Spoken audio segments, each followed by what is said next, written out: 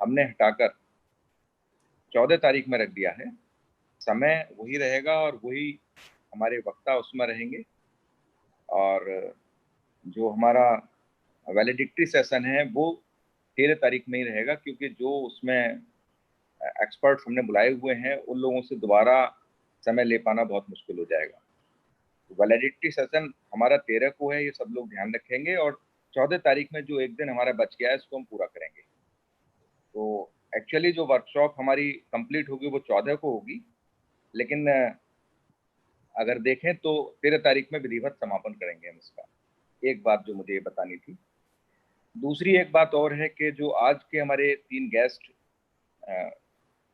हैं, उनमें मॉरिशस से डॉक्टर शीलाना देवी रामडू हैं, दूसरे डॉक्टर मनवीर सिंह, और तीसरे doctor BS Reddy.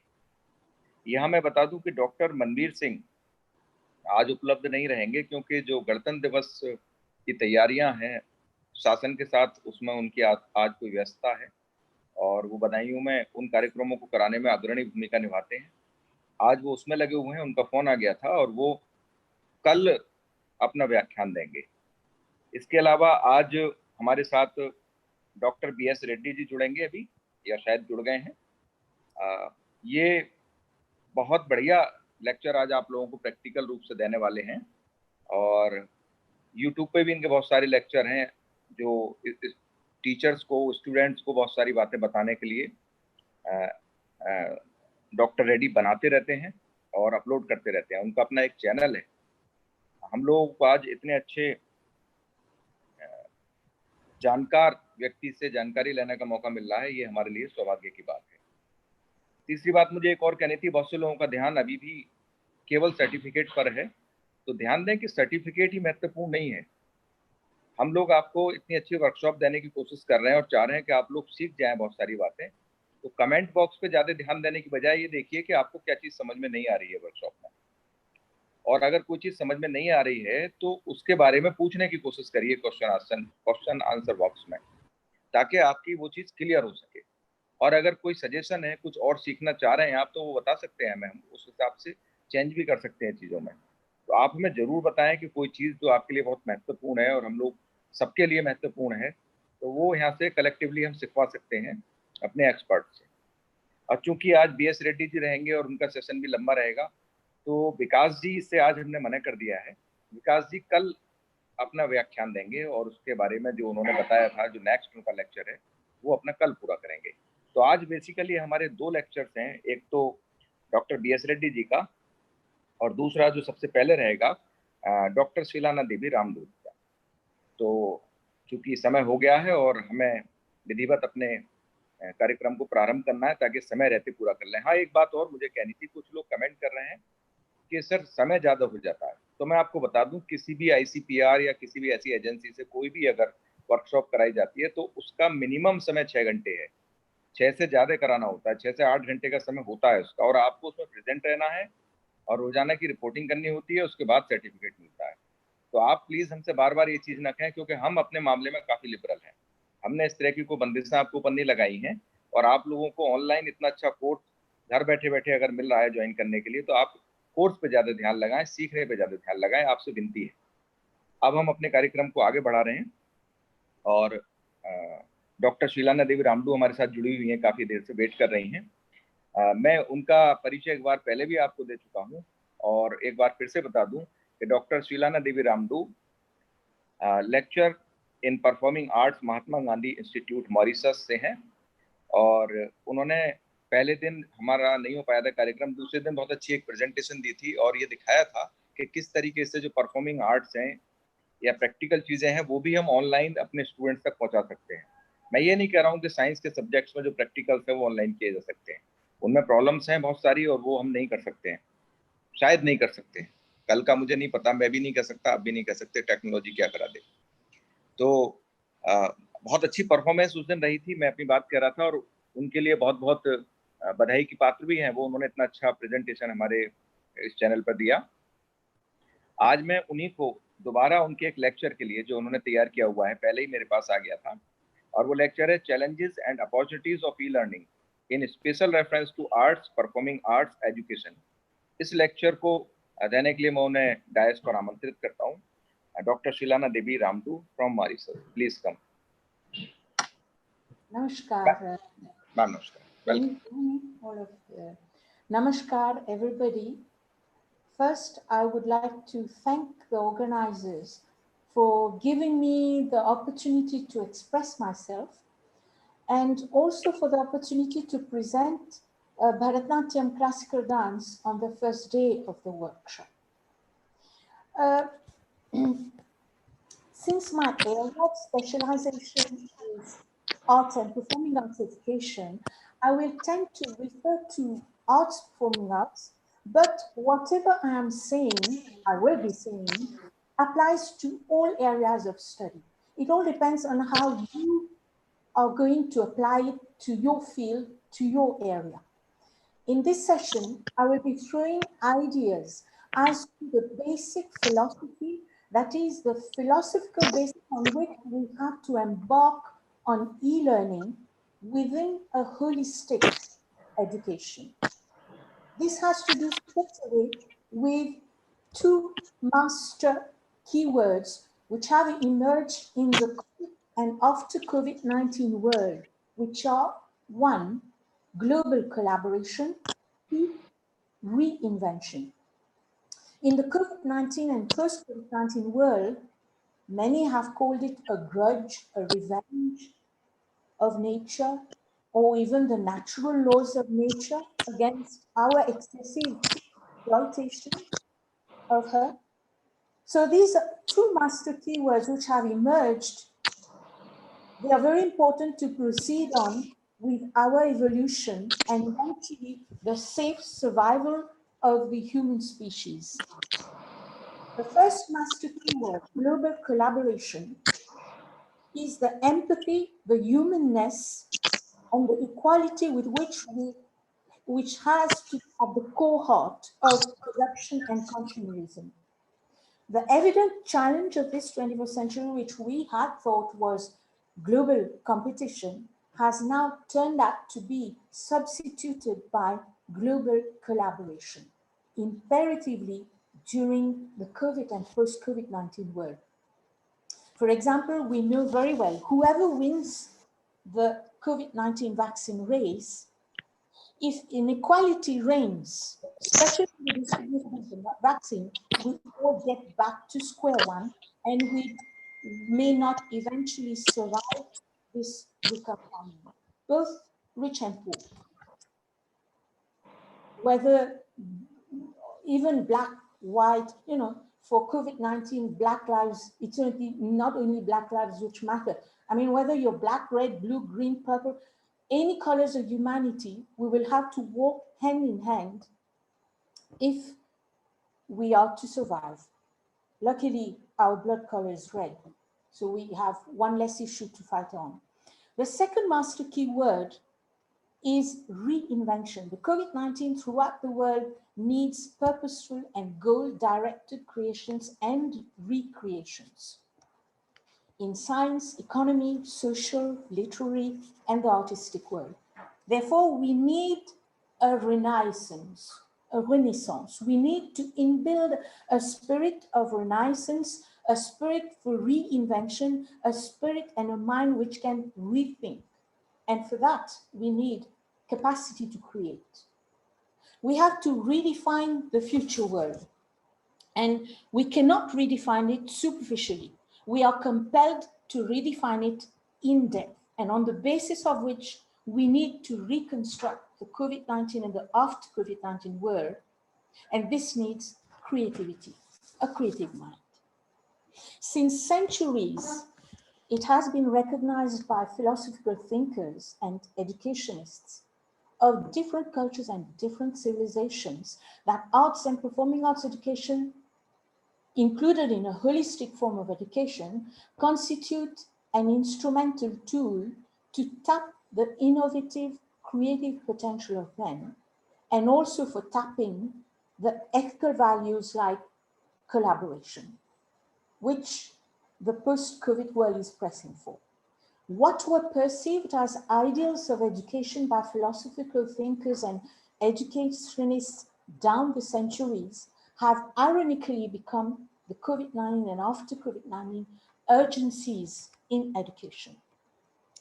Let us start this process of rethinking and eventually reinvention, at least by inspiring ourselves through a very, very quick review of what has been already put forward by our predecessors. Let us start with the nationalistic Indian figures.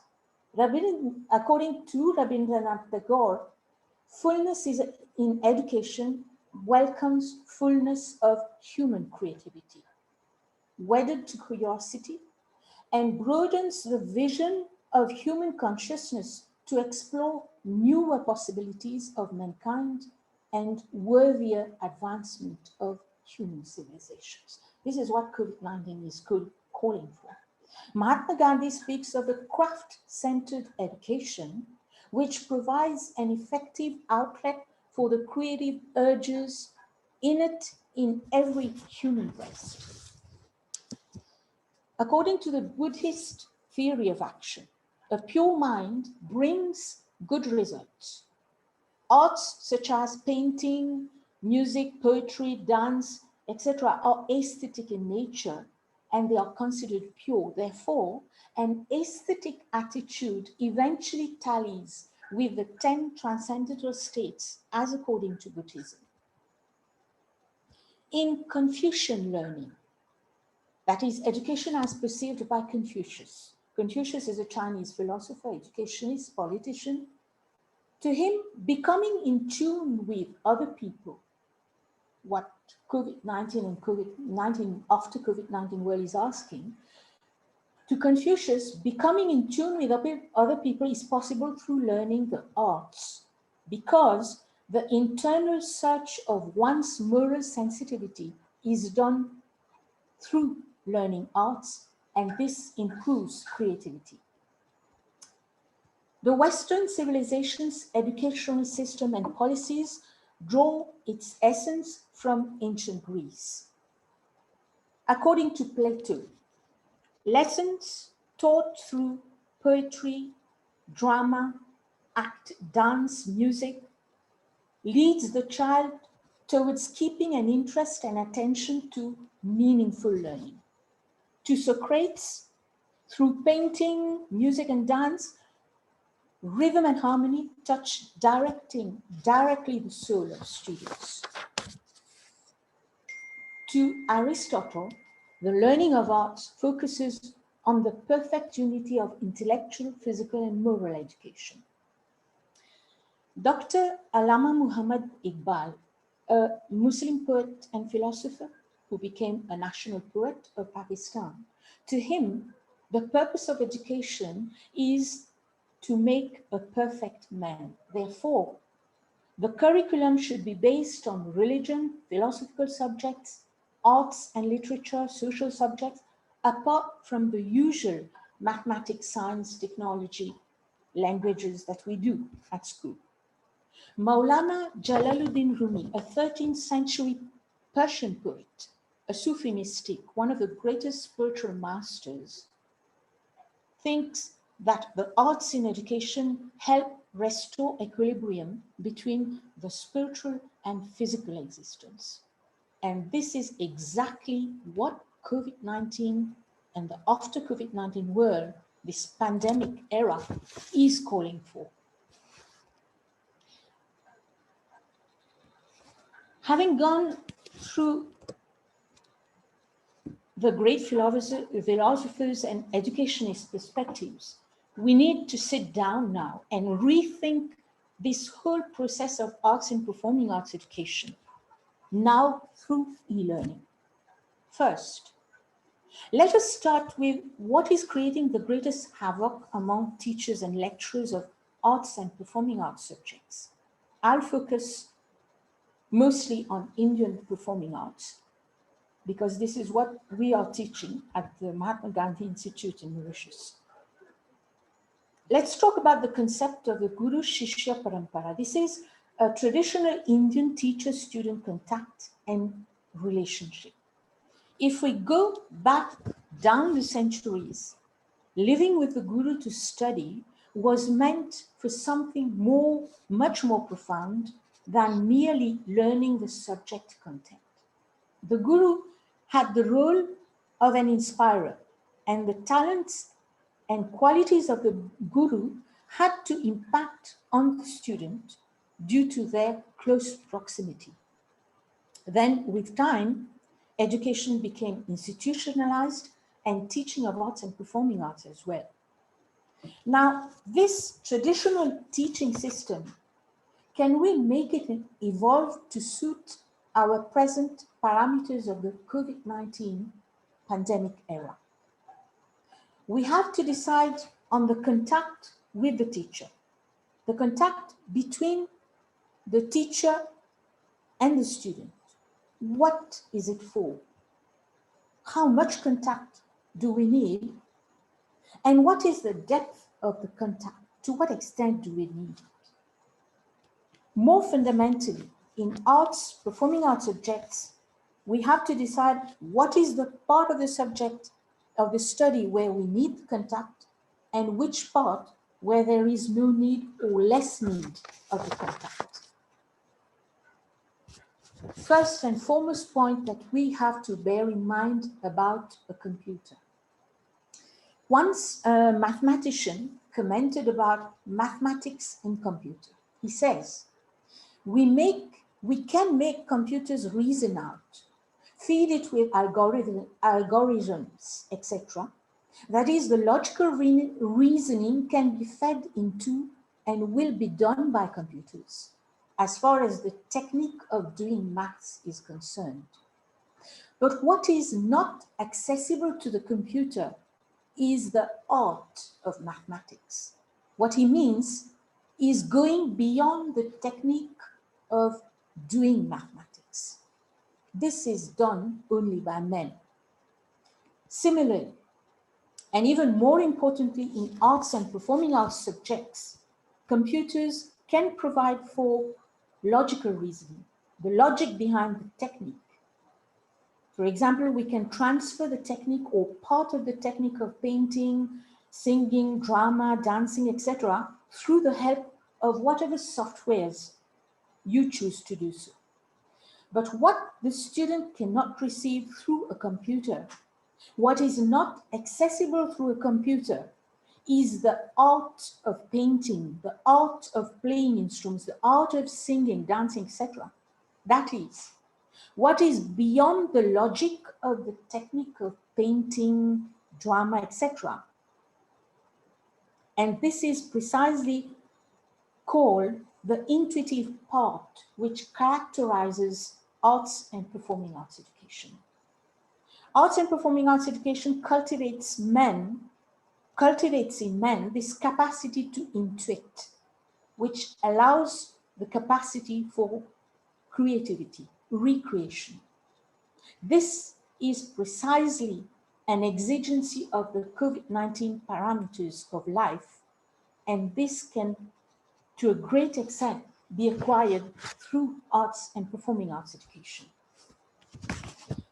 You see, the teaching of arts and performing arts disciplines in itself consists of two aspects: the visible teaching aspect and the invisible aspect of teaching, which coincides in turn with two aspects of the study of arts and performing arts disciplines: the technical aspect and the intuitive aspect. For the visible aspect of teaching, that is the technique, the technical part, the teaching of the technical part, the machine, or rather e-learning, can help in transferring the technique of painting, singing, dancing, etc. In fact, the computer has already started doing it. They are already even doing better in transferring information and to a great extent in the cultivation of skills of dance, music, art, etc.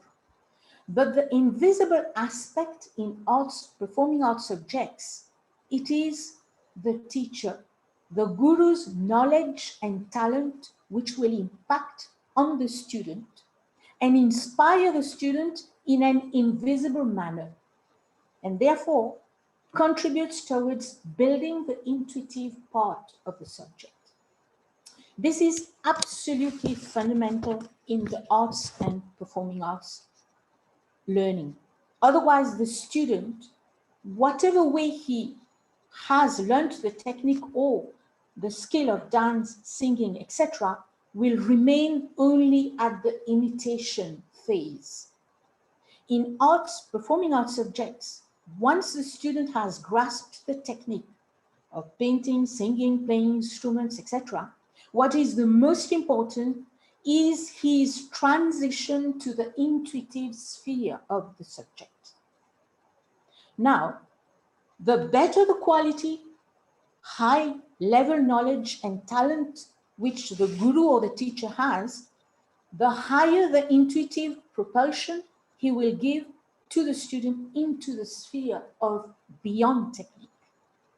If you have only quantity knowledge or just average knowledge as a teacher of any art, performing art discipline, that's a problem in Mauritius at the moment.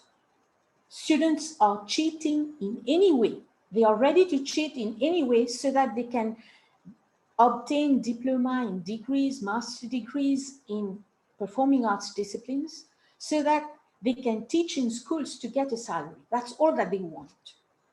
The lesser your level in the quality of your knowledge of any art, performing arts discipline, the lesser as a teacher you are capable to propel students to the intuitive sphere, that is, beyond the technique. That's why those teachers who have low quality knowledge of their art can only teach and will stop their teaching only at skills and technical level of any art, performing art discipline. Often, even their knowledge of the skills and technique is so lacking that teachers cannot even teach the technique well enough. And in this way, the e-learning will be better to kind of compensate for the low quality teachers. Okay? But what I mean, in any way, we cannot get the student to go beyond the technique via e-learning. Going beyond the technique of painting, music, dance, that needs only human intervention, more profoundly spiritual intervention, but that's another workshop that we have to do. So traditionally, the guru, the teacher, remains the only medium to lead the student from what is technique to what is beyond technique. That is the intuitive core heart of any art, performing art subject, which e-learning will never succeed in doing. In the Greek world, the moral or intellectual power of the artist was not mere manual dexterity, but rather the quality of the works that he produces. And this quality depends on the intuitive aspect, the extent to which the individual intuits. So there must be a clear demarcation between mere teaching of dance, music, or painting skills and technique, and even the mastery of the techniques, and going beyond and leading students beyond the technical skills. So the technical skill, as I said, could be done very well with the help of the computer. But once we start, or once the teacher prompts the student to start climbing the different levels of going beyond the technique, human intervention is needed. If the guru is of poor level, the student is made to remain at the technical, at the skill level of painting, dancing, dramatizing, etc. And this type of technique is, this type of teaching is not arts, performing arts education. The higher the mastery level of the teacher or the guru in an arts, performing arts discipline, that is not remaining at the mere technical level, but beyond the technical level, the higher the propulsion of students beyond technique into the intuitive sphere of arts, performing arts. And that is what is precisely arts, performing arts education. And this is what precisely the COVID-19 and the post-COVID-19 world needs. They need, the present world needs men of intuition, intuition for creativity, reinvention. Now, before we embark on e-learning of arts, performing arts, bear in mind that not the whole world, we don't need the whole world to become experts, dancers, performers. What will the whole world do with so many art performers? Okay, we have to know as gurus, as teachers, what are we teaching the arts, performing arts for, apart from mere teaching skills, mere making students sing, dance, and paint. What happens in the student human mind when we teach the arts? It's good to be clear about the art process through the human mind before we embark on e-learning of arts and performing arts education. In any work of art, be it poetry, pottery, painting, sculpture, song, poem, music, dance, drama, etc., the idea of standard and quality is the key value. A student in any of those art disciplines is made by the teacher, the guru, to strive through practice to make his present work of art better than the previous one. Gradually, the student progresses, he acquires a spirit of continuous improvement which enters the mind of the student. And gradually, he develops focused and sustained attention towards improving standard and quality. This is why real artists, a genuine artistic mind never stops in their progression, because the target for their continuous improvement of their work is perfection. So there is non-stop engagement towards raising quality and standard of any of one's work. And obviously, when the student imbibes such a spirit of continuous improvement, he applies it to whatever he does in his life, as far as his career in any field of life. And in this process of continuous improvement towards perfection, student develops intuition, imagination, and this is what provides for a fertile mind, and tends towards creativity, which is the second master keyword of the COVID-19 and post-COVID-19 world. Now we come to the strategy of personalized teaching or learning aligned with e-learning. Unlike academic work, any artwork, be it music, painting, dance, drama, poetry, etc., is produced differently by different individuals. This is because different individuals have different nuances in not only their level of talents, but most importantly, each individual has different nuances in their level of aesthetic sensitivity. The key for a reasonable standard of transmission of the art of painting, drama, singing, etc., depends a lot on how you tackle individual sensitivity of individual students. Group teaching is fine. In e-learning of these art forms, together with a blended number of face-to-face mode, there is much more scope to adapt your teaching to individual requirements. There's much more scope to personalize the teaching and the learning process as per each student's weaknesses and strengths. And as I said, each one's response level of aesthetic sensitivity. In the arts and performing arts subjects, the benchmark for the student's evolution must not be the classmate who's stronger or more talented. The benchmark must be the student's own potential, which he tries to maximize through practice, week after week. The challenge in arts and performing arts subjects to maximize each student's potential, and e-learning offers a great opportunity to individualize your teaching.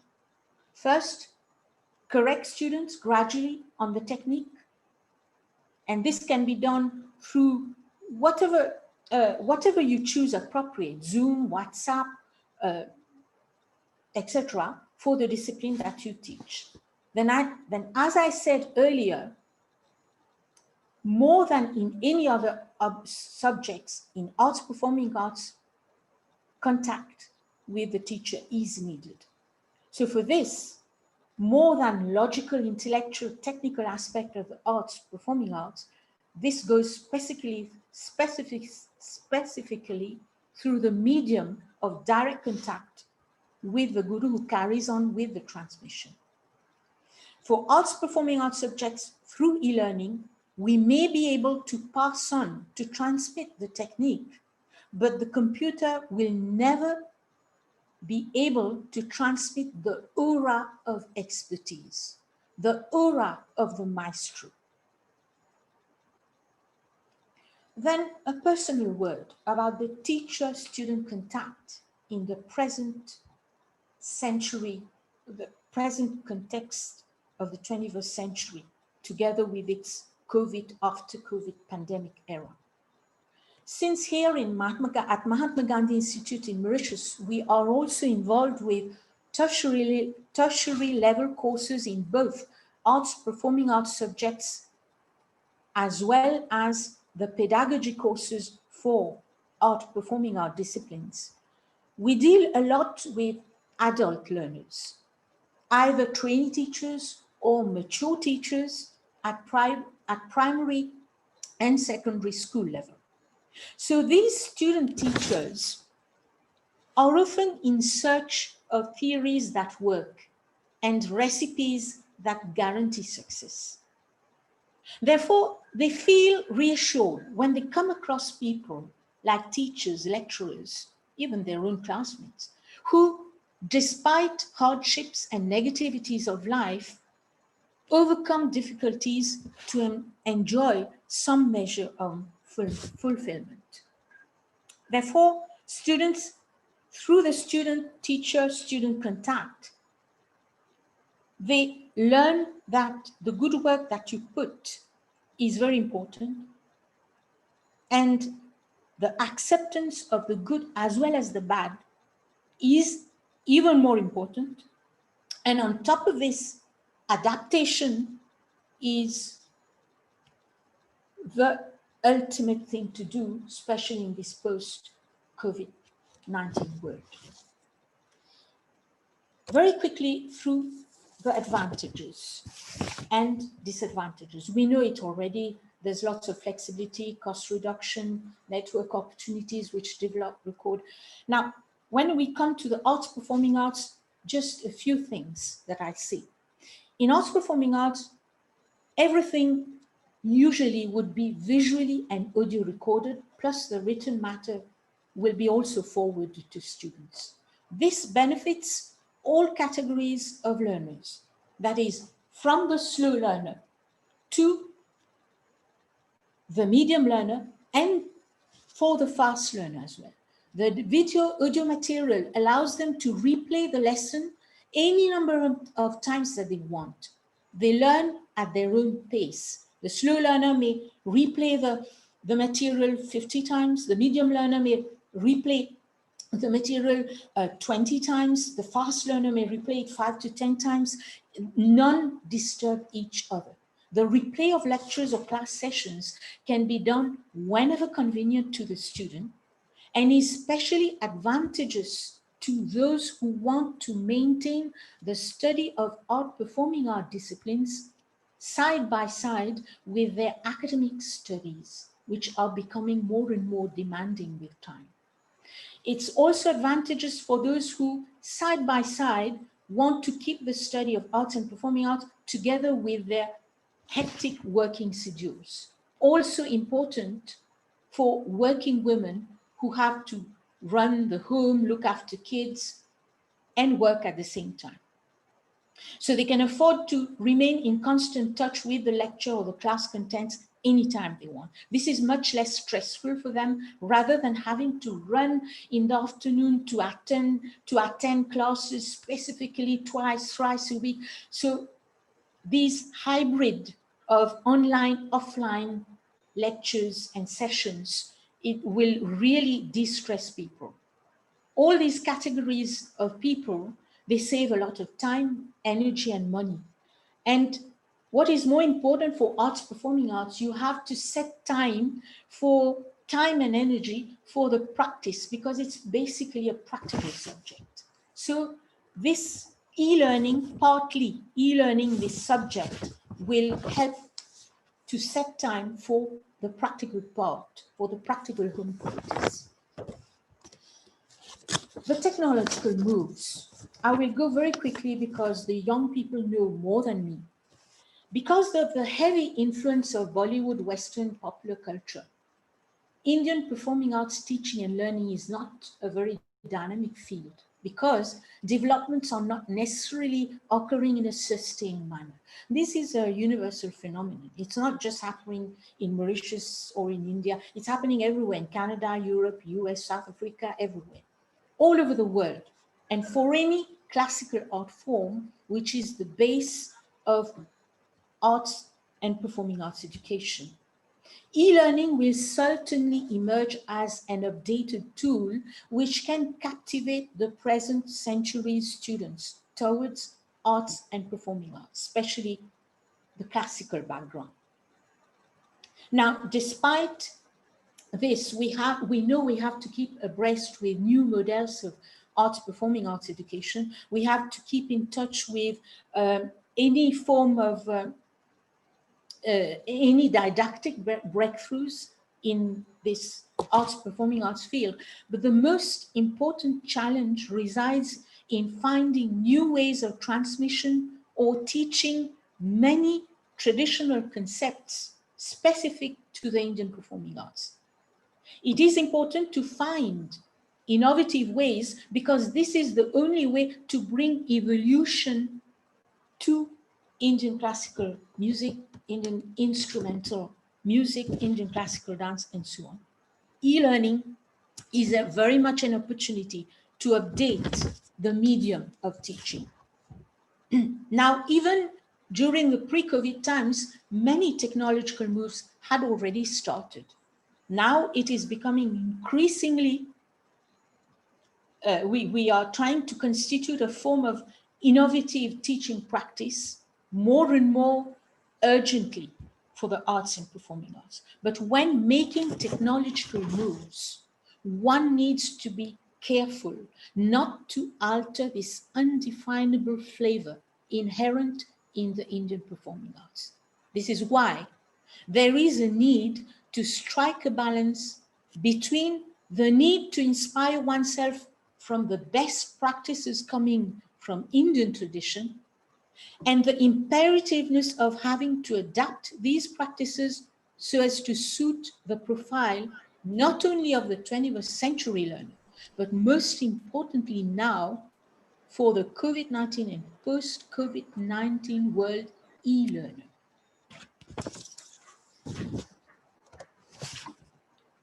We have to work out the new normals, as we say it now, the new normals of teaching arts and performing arts disciplines. We had begun already in the pre-COVID times, but now the COVID-19 is pressing urgently for e-learning of arts and performing arts, resulting into the guru or the teacher having a sentiment of reduction of self-worth in the face of e-learning. And this is followed by job loss of many artists and arts, performing arts teachers, and even loss and reduction in their income. This has a psychological effect on all arts, performing arts teachers, lecturers, gurus, but we now have to work out a reconciliation of our emotions to the sudden demands of a 21st century pandemic era. It will certainly have to be on the basis of trial and error till we obtain the right balance of online and offline hybrid lectures and classes in the study, especially in the study of the practical aspect of arts and performing arts subjects. Thank you.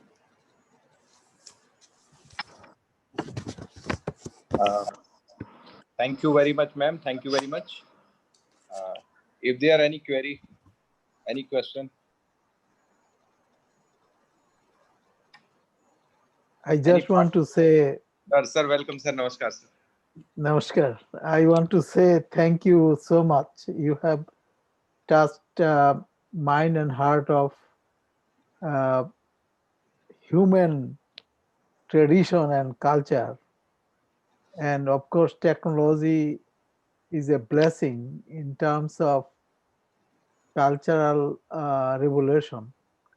Because if you think about First Nations, indigenous culture, traditional folk media, and all kind of activities, you will see a lot of creative people are coming up with some exposure, and they can invent themselves, reinvent themselves with their best. It's not only compared to others, but they can actually learn some skills using opportunity of internet, social media, like YouTube. Somebody can be well informed. So, of course, human connection is very important, but for change in culture and tradition, I think anybody can self-assess their own performance in the light of somebody else's. So this is a very important area, and I wish you write this presentation in more detailed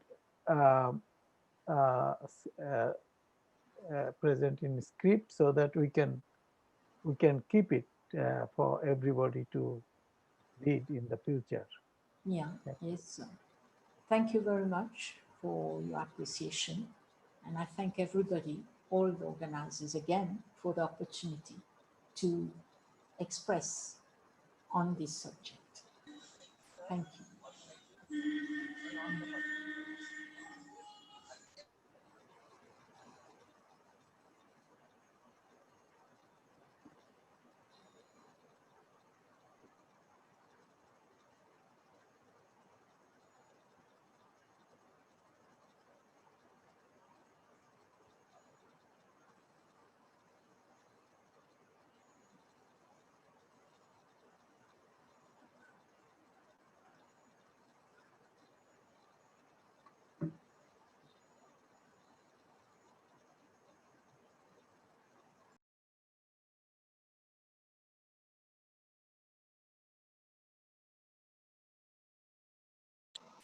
Sorry, ma'am, because my mic was not okay.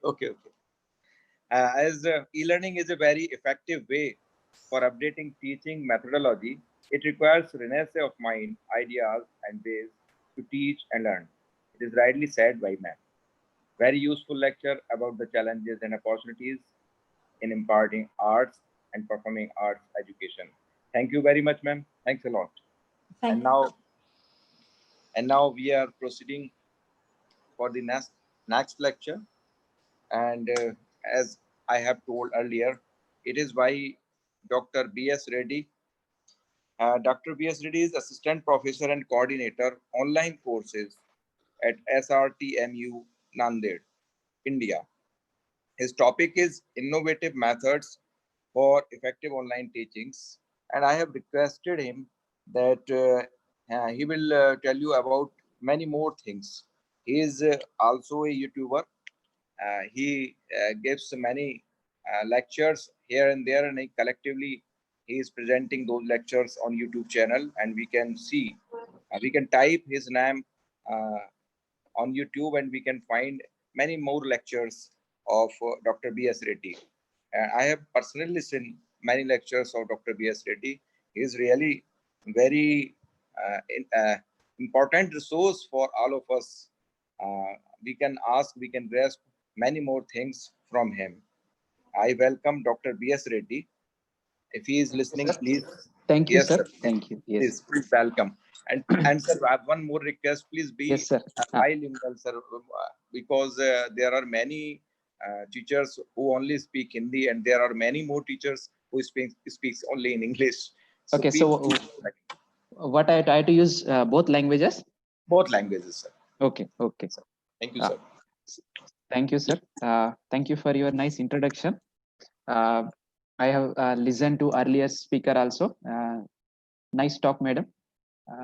Very glad to listen to your lecture.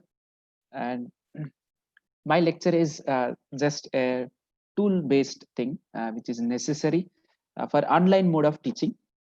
So in online mode of teaching, because it is a sudden shift from physical classroom to virtual classroom. So as a teacher, as a student, we should be ready, especially from teacher point of view. I had to tell because until unless we are ready mentally, we may not able to go ahead. At least one semester, we don't have any choice. We should go online mode of teaching. So as a teacher, what we should do so that it will be easier for us. And for from last these 4 months, I have given more than 20 talks at different places, mainly because of even though I have some little work with my university, but I have not said no to anyone, only by thinking that even if 10 teachers each program get benefited, those 10 teachers can help to their entire college. That was my idea. So I hope I have succeeded in many places. And today, definitely, I will be taking you to some different, just like abstract world, where you will see everything about online teacher learning. You don't have any problems. You can always connect with me later also. As sir suggested, I go every Sunday, just like Sunday with Surendra, where 2 hours I usually spend. Anyone can join. And I usually discuss with only teaching related things and some technological things, which is necessary for teachers. So yesterday also I had a YouTube live where I have explained about pen tablet, how to use pen tablet, how to use other tools, for example, Journal Plus Plus, if somebody want to write on whiteboard something. So such things keep on going. That is extra thing. Before starting, I would like to tell such things. It is not just you are not connecting with me only for this today. You will be connected every time. And that is my motto, so that we can connect with teachers when there is a need actually. After some time, I will be busy with my mathematics teaching. But definitely every Sunday, 1 hour or 2 hours, I will connect with all teachers. Okay. So let me share my screen and we will go through it. What I'm going to do here is I'll be briefing out. मैं सबको ये 1 or 1.5 hour में ये बताने वाला हूँ online teaching mode क्या रहते वो कैसे स्टेप बाय स्टेप कैसे मालूम होना है। बहुत लोग को ये मालूम नहीं कहाँ से चालू करना है, कैसे चालू करना है, where to start and how to go step by step. मैं थोड़ा सा प्रेजेंटेशन में बताने वाला हूँ, बाद में एक लाइव डेमोन्स्ट्रेशन देता हूँ वो ओबीएस कैसे यूज करने का। OBS is nothing but open broadcaster software. सबके पास जूम का पेड वर्जन नहीं हो सकता है, इंटरनेट प्रॉब्लम हो सकता है। तो एज ए टीचर आप लेक्चर बनाना है, फ्रीली बनाना है, आपके पास कंप्यूटर है या लैपटॉप है तो आप फ्रीली बना सकते। उसके लिए मैं ये थोड़ा प्रेजेंटेशन होने के बाद ऑनलाइन डेमोन्स्ट्रेशन ओबीएस के बारे में देने वाला हूँ। OBS is a free software, कोई भी डाउनलोड करके इंस्टॉल कर सकते। उसके साथ आप लाइव भी जा सकते, जैसा मैं यूट्यूब में लाइव जाता हूँ वो सिर्फ एंड सिर्फ ओबीएस यूज करके लाइव जाता हूँ। तो ये बहुत ईजी है, बहुत पावरफुल है। बड़ा बड़ा यूट्यूबर्स है जो बड़ा बड़ा मोर देन मिलियंस सब्सक्राइबर्स है, वो भी ओबीएस यूज करते। So OBS is just like a virtual studio, digital studio where you don't need to spend much amount that I am going to discuss at the end. तो जो भी है किसी का प्रॉब्लम है वो चैट में आप बता सकते हैं। I will give some at least 20 minutes और 15 minutes टाइम फॉर डिस्कशन। तो किसी को भी कुछ डाउट है, कुछ पूछना है, ये लेक्चर से अलावा भी कुछ डिजिटल रिलेटेड पूछना है, आप क्वेश्चन उधर टाइप करके रख सकते हैं, जो टेक्निकल टीम है वो लेक्चर के बाद मुझे बताएगा, I will discuss. Okay, so let's, जैसा सर ने बताया, सबका पहुंचना बहुत इंपॉर्टेंट है, it should reach to others everyone. तो मैं बीच में हिंदी में भी बोलूंगा। आप कुछ रह गया क्वेश्चन एंड आंसर टाइम में, किसी का कुछ हिंदी में प्रॉब्लम है या हिंदी में पूछा है, वो तो उसको हिंदी में आंसर दे दो। तो in between it is very easy to understand, there won't be any language problem, क्योंकि मेरे लैंग्वेज है ना इंग्लिश, बहुत सिंपल लैंग्वेज है। मुझे I don't know too much vocabulary, maybe that is one reason my lecture is very simple lecture, so everybody can understand, right? Fine, let's go to the session without taking much time. Sir, you just enable me to share the screen. You can share. No, it says still host disabled participant screen sharing. I think I have logged in as a participant, I think. Give me a few minutes. Yes.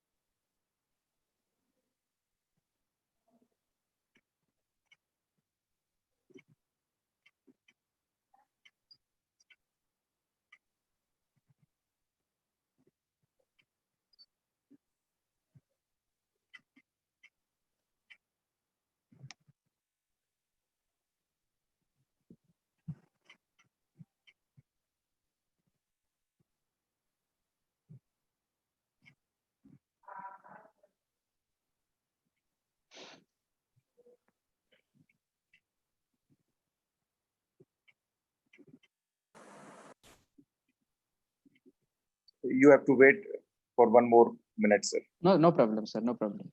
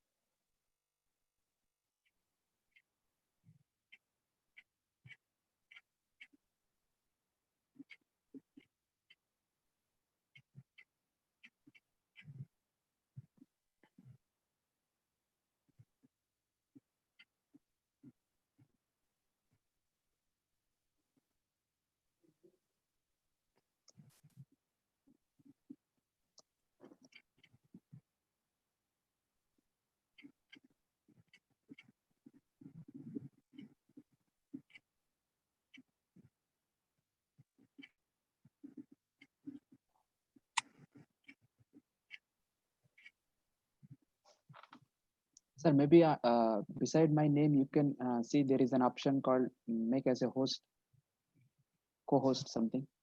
Actually, sir, I am co-host. I am not host. Okay. The host is Dr. Anilesh Singh, and he is just reaching out. Okay.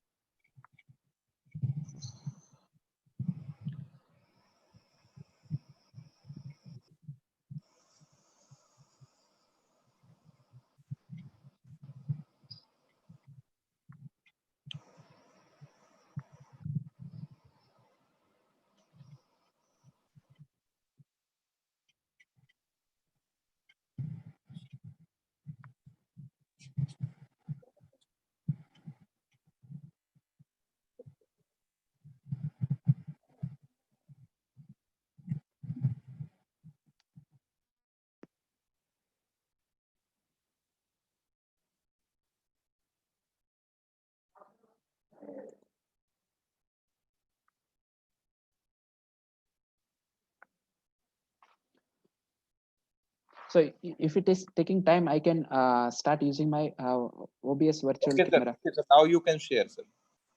Okay, fine. Thank you.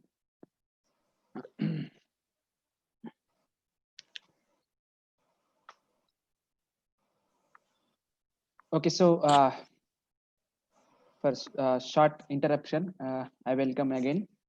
So we are going to go through it. Innovative methods for effective online teaching. These are all my personal opinion. So may not be always everybody has to agree or nothing like that. So to online mode of teaching, learning, evaluation, what we should do thing is, if you want to go for online lecture, first thing what you should do is you have to prepare your lecture.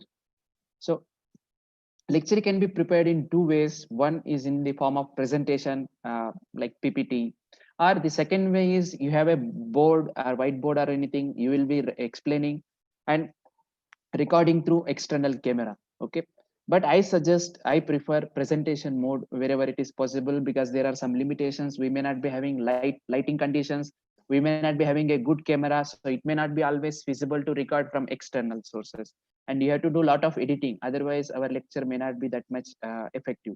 So best way is you can use, if you have a laptop or computer, then you can prepare your presentation. uh, so first thing is we should prepare our content ready for our online lecture.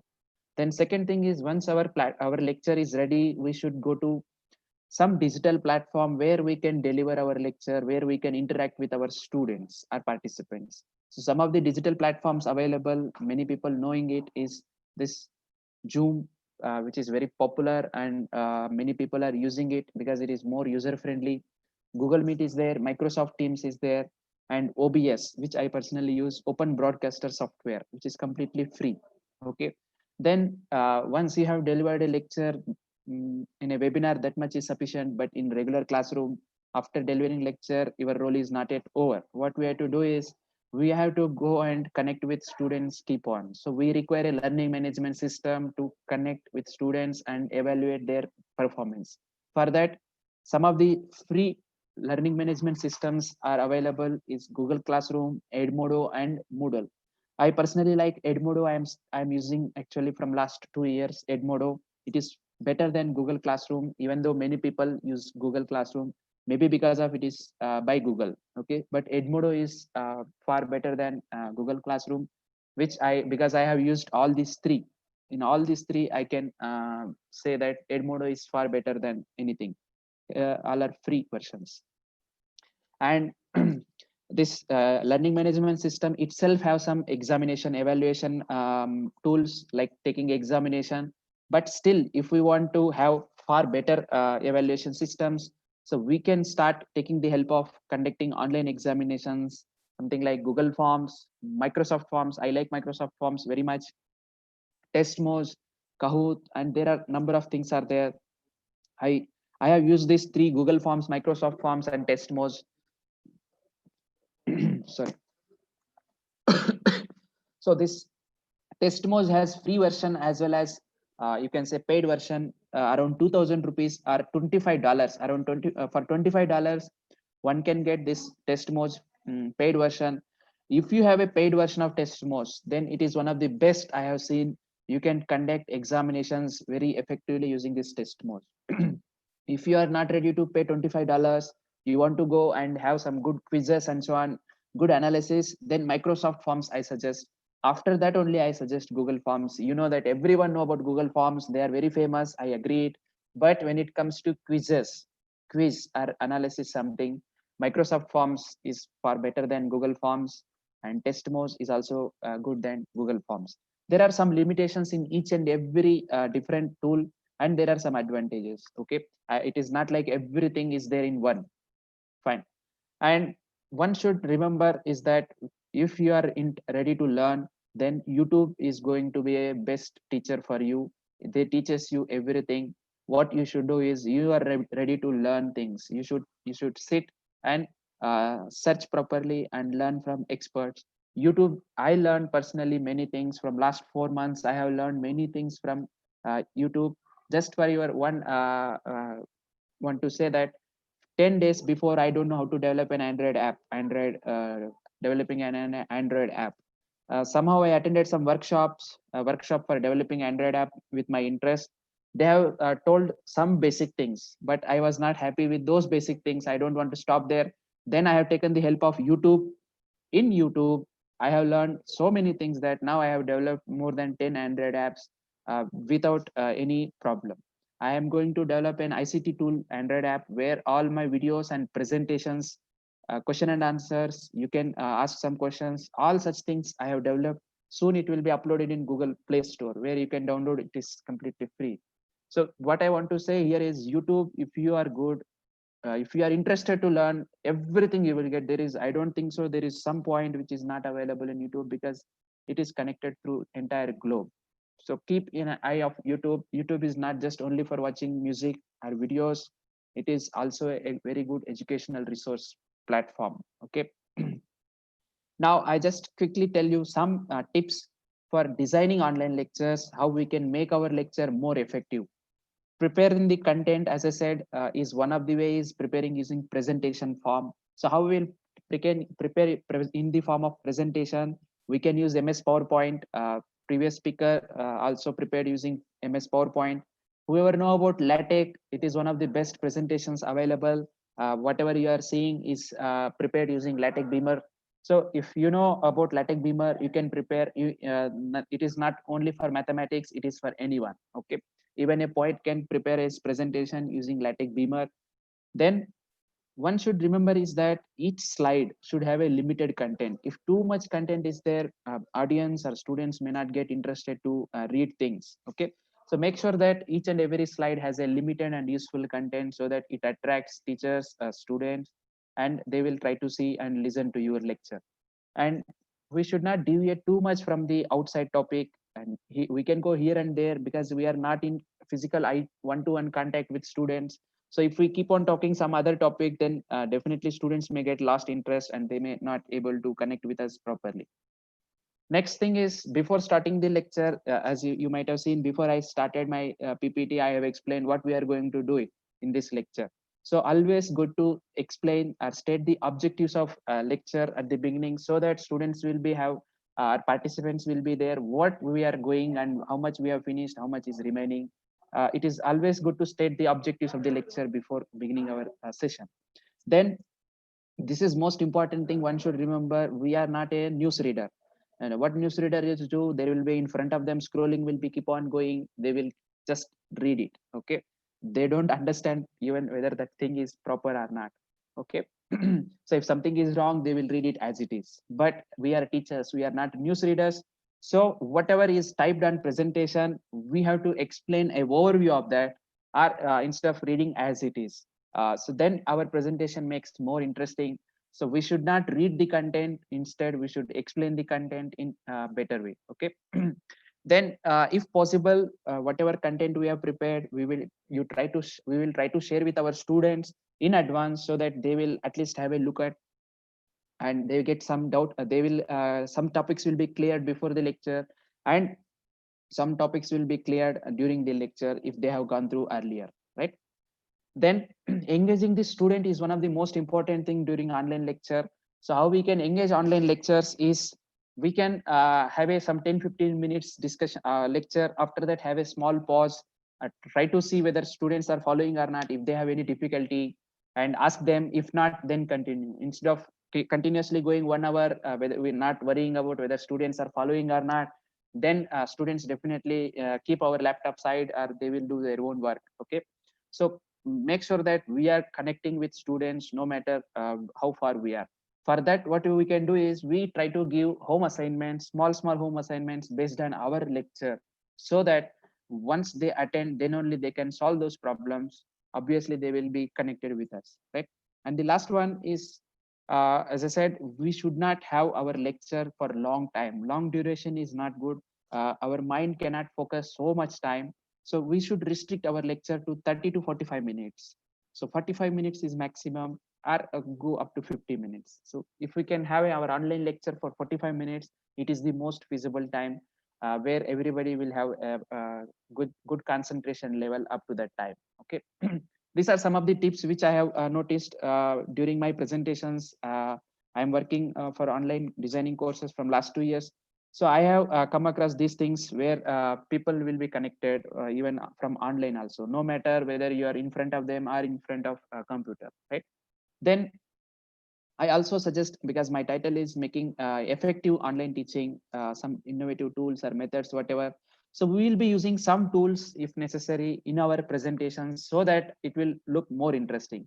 One thing it is that this image you are seeing here, this is called Journal Plus Plus. Okay, here it is like if you want to, because even though you prepared presentation, it may not be, because this one is something related to ICT tools, so you may not require to write anything here at present. But when it comes to your subject, you may need to write something for a physics, for a mathematics, chemistry, even economics, anything, languages. So if they want to write something virtually, what type of tool they can use it? So if they use it, for example, this Journal Plus Plus, one can start writing it virtually. I will show that one also. Then whatever image you are seeing here is called pen tablet. The image I have shown here is eyeball pen tablet, which I am having from last 10 years. It is very, very good. Right now, you may not be getting this product, but other products are there. One can purchase it. Around 6,000 rupees, Indian rupees, you will get a good pen tablet. As an online teacher, you can always good to have this pen tablet. What is this pen tablet? In one line, if I want to tell, it is a modern advanced mouse. So in mouse, whatever you can do it, with pen tablet also you can do it. What extra you can do is you can write easily. Wherever you can write with mouse, there you can write with this pen tablet. Okay.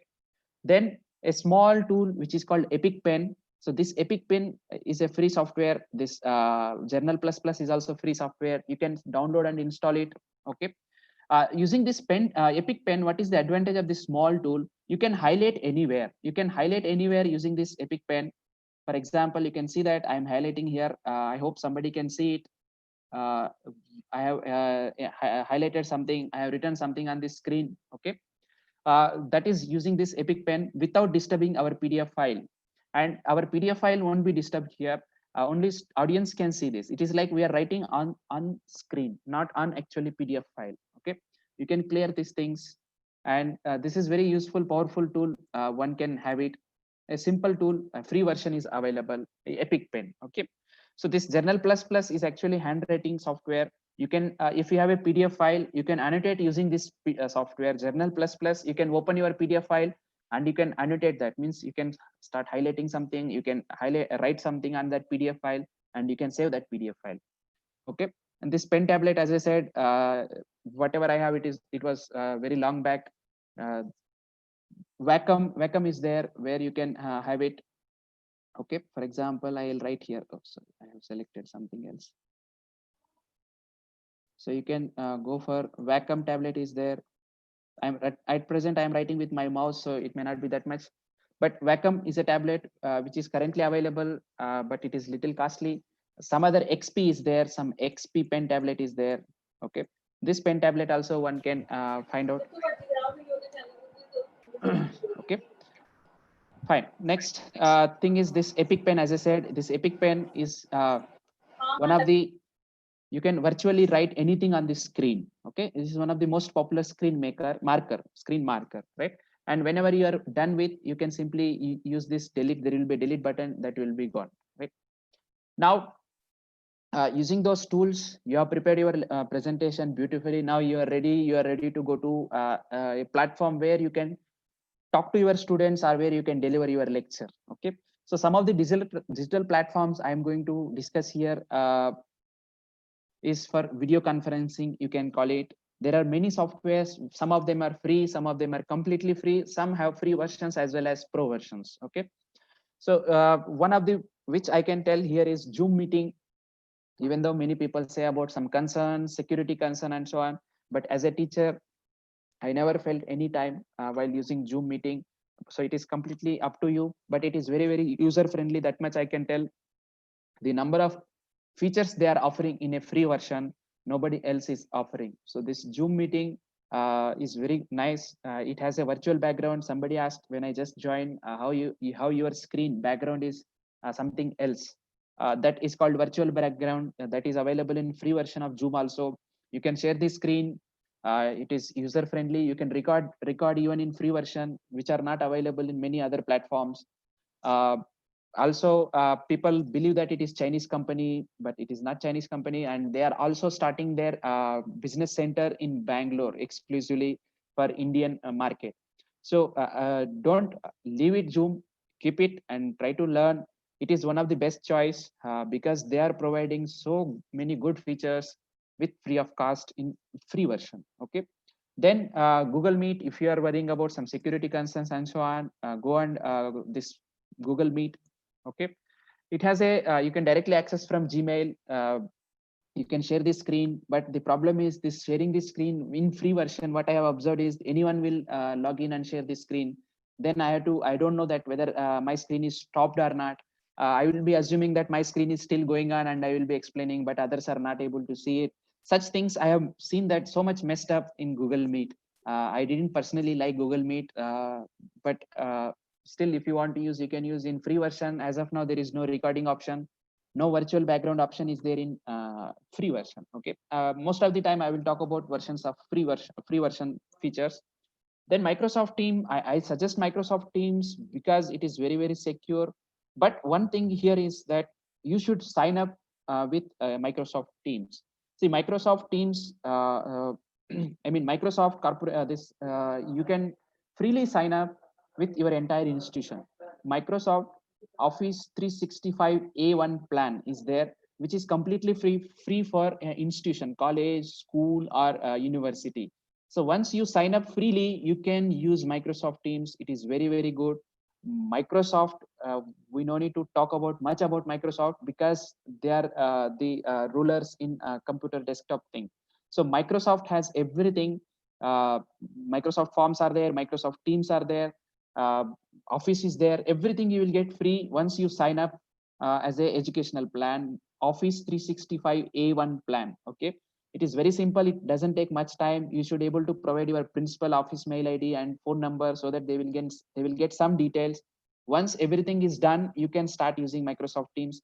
Our institution has free tie-up with Microsoft, so I can able to use Microsoft Teams. I can able to use Microsoft Forms with some extra features. Okay, so if you have a Microsoft account, then your students have Microsoft account, then you can definitely go with Microsoft Teams. Nothing else is required because it is the most secure one.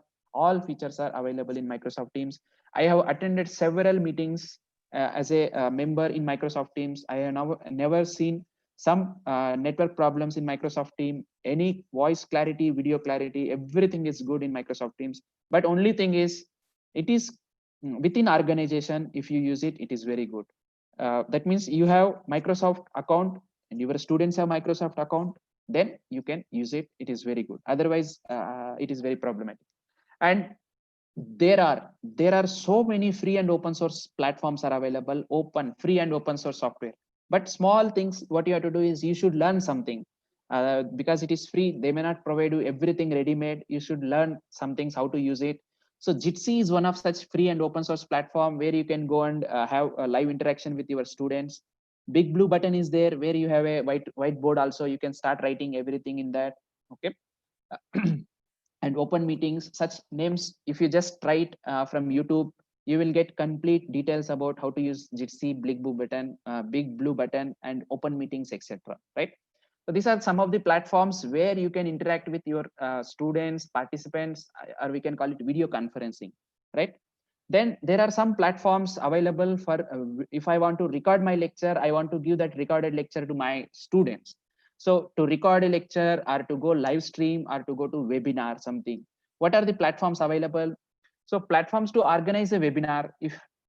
So assume that in this webinar, for example, there are some 10 resource persons are there. Remaining all people they can watch from YouTube.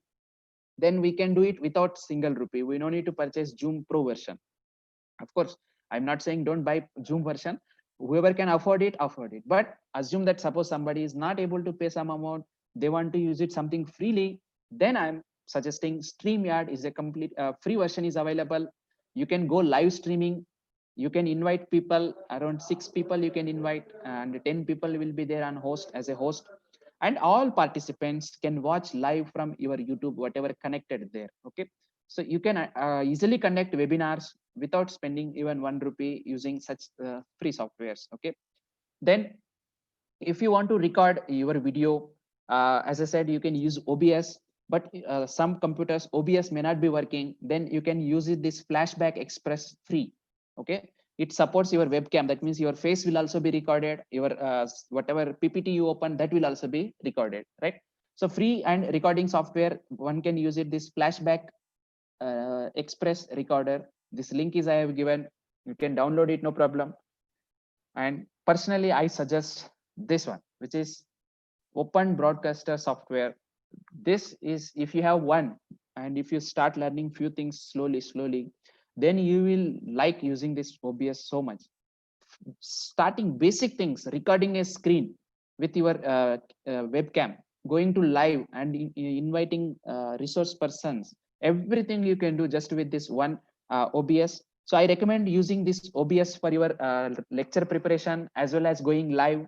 You can record your lecture, you can upload it on YouTube, and you can share that link to your students, or you can record your lecture and store it on your Google Drive or somewhere else. You can share it in Edmodo Classroom or Google Classroom. Okay, or you can directly go live. You can explain every day your lecture live, where students can join and watch from your YouTube, so that others can also watch that if necessary. So this OBS is very good. I have given link of 64-bit version. Directly one can download 64. This is the latest version. And many people think that Windows 7 or some Windows 7 OBS is not working. It works. Sometimes there may be some problems with your computer because of some software may not be there, but 32-bit version also it works. So I have given 32-bit link also, which is also latest version. Whoever interested can download. And when you are installing in this 32-bit version, some people may face some problem about Visual Studio. Okay, Visual Studio C++. I have given this link here. You can download that also. If you download these things, you can start immediately using OBS, which I will explain at the end, a basic thing, how to record anything from OBS. Okay. So this OBS is completely free. Flashback Express free is also free. And there is another one called Loom. Yesterday I have explained, one can see it just like Zoom, Loom, Loom. You can record it, but for that you require internet connection. Once you have an internet connection, this Loom is very good. You can use it. And again, for teachers and students, Loom is providing completely free their pro version. Okay, fine. Now the thing is, you have prepared your presentation, you have recorded your lecture, but there may be some problem. So you want to edit something. So if you want to edit your video, the free and open source softwares is OpenShot and Shortcut. You can download a desktop on your computer and you can use it without any problem later onwards. So both are open source softwares. No need to pay any rupee for editing your video. OpenShot as well as Shortcut. Okay. Then when sometimes your video may be when you are recorded, your size of that video may be more. Okay. Sorry, one second.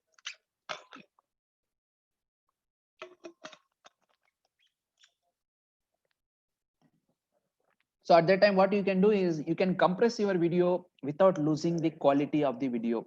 For example, 1 GB video can be compressed to 300 MB. A 300 MB can be compressed to some 100 MB like that. So this is a Handbrake is a software which is completely free, and all these softwares works on desktop, okay, computer or laptop. And once you have video editing is done, then obviously you can upload it and share with students. That part we are completely finished, right? Fine. Now we go to learning management system. As we have prepared our lecture, we have recorded and we have shared with our students, but how we can monitor our students with the help of learning management system. So Moodle is one which is very famous. Everybody talk about Moodle, but there are some limitations which I have personally noticed. I have given a lecture. I have prepared a lecture also on Moodle, how to use Moodle in just 1 hour. Many people take so much time. Some 3 days they explain, some 6 days they explain with Moodle. But within 1 hour, you can start using Moodle. It is not a difficult one. But there are some limitations while using Moodle. So that's why this is not in my first preference list.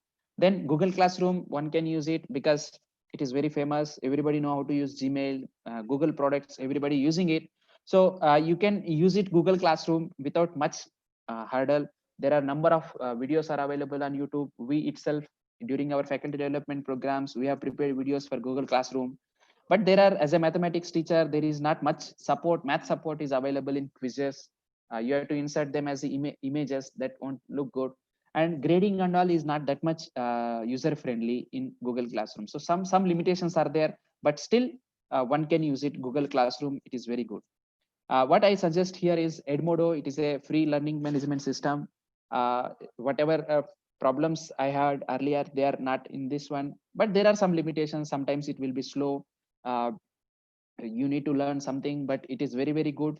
Some parent support is there. Whoever school teachers are there, or school principals are there, colleges, they can use this Edmodo, because parents can be involved in this learning management system. They can progress, they can see their progress of their children's. Okay.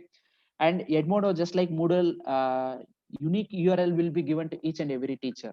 So from that teacher URL, one can see that he's actually using Edmodo, how many students, what are all the activities he is doing, right?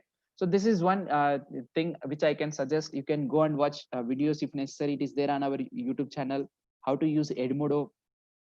Okay, and it is very good. From last 2 months, last 2 years, sorry, I am successfully using.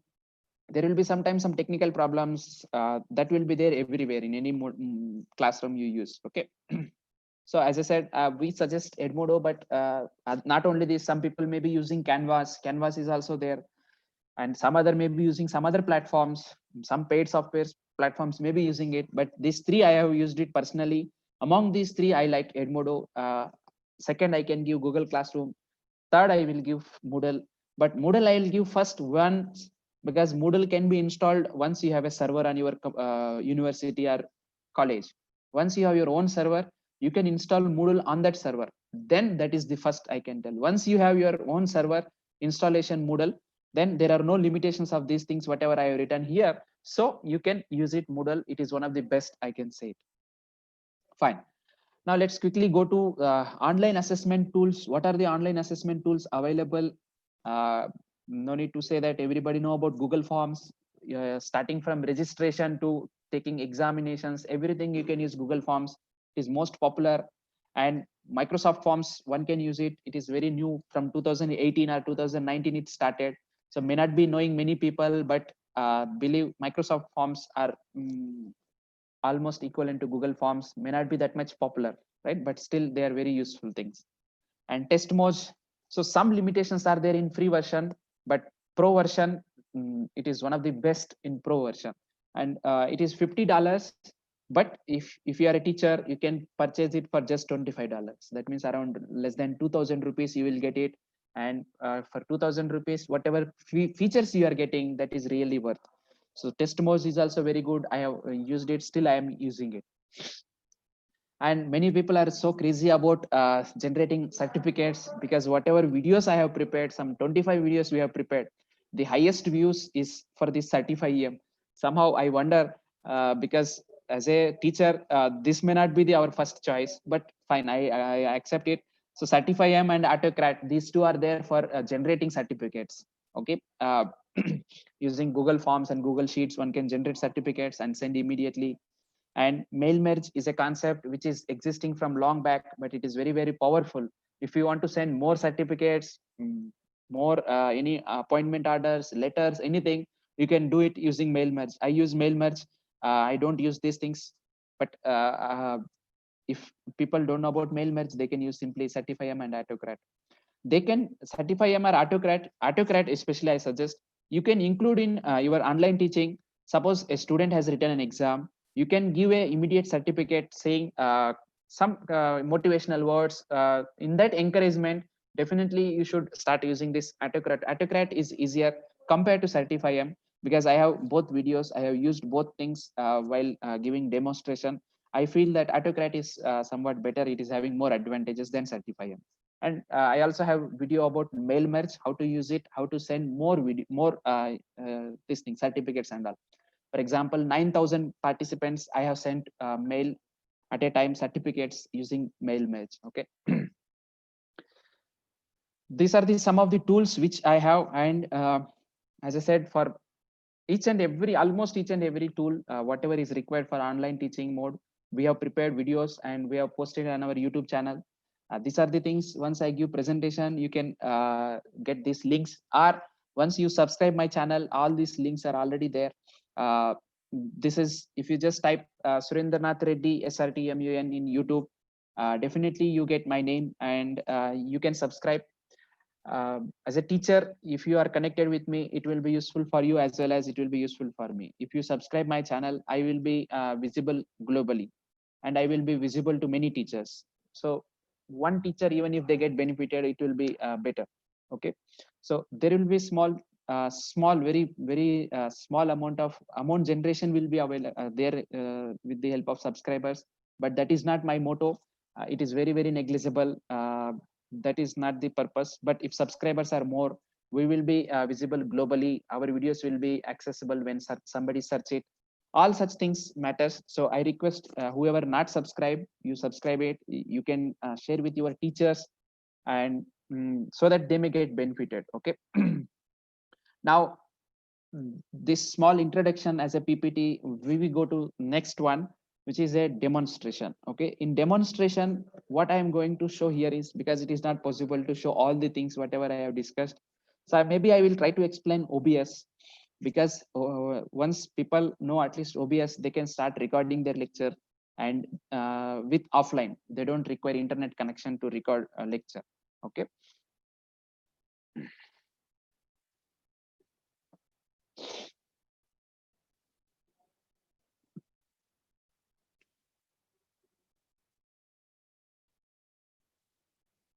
Okay, so now I will share my OBS screen.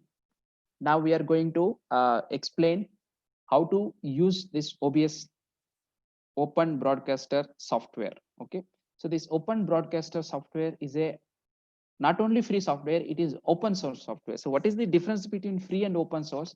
In open source software, many people, it is available, their source is available, how it is running and so on. So everybody will go through it. Whoever good at, they will try to give some better improvements. Whenever there is a problem, others will try to rectify it. Okay, so that is the advantage of whenever you are having free and open source software, you can simply start using it, so that it is far better than any free or paid softwares. So most of the time, whatever I suggest, they are all free and open source softwares. So OBS is one of that one. It is one of the most popular screen recording software, which is OBS. So I will show that one. So let me go to my browser. So I'll go to Google.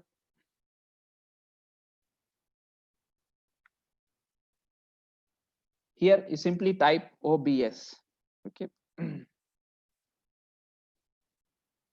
So you can see here, I have just typed OBS, right? Then you can press enter.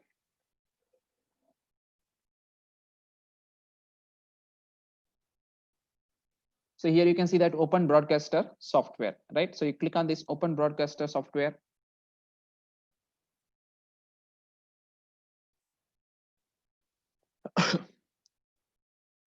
Just a second. Just a second.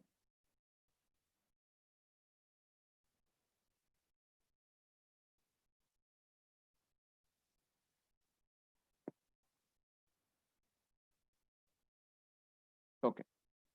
So you can see here, this is a Windows. OBS is available for Windows as well as Mac and as well as Linux operating system. All these three platforms, OBS is available. One can download it, right? So if you want to download, just click on this Windows button. So just click on this Windows button. It is around 70 MB file. You can see that there is a 70 MB file. You can download it, and it is a exe file. So after downloading, you can with few steps you can install it. Okay, so I have already, so I just cancel it. Otherwise, you save file and install it. Once you run this one, then on your desktop there will be a logo. It will be available, this type of logo, this fan symbol if you call it. So on desktop it will be available. You just double click on that, your OBS will open. So once your OBS is open, I will show that one. Okay, so go here. I will share my screen once again.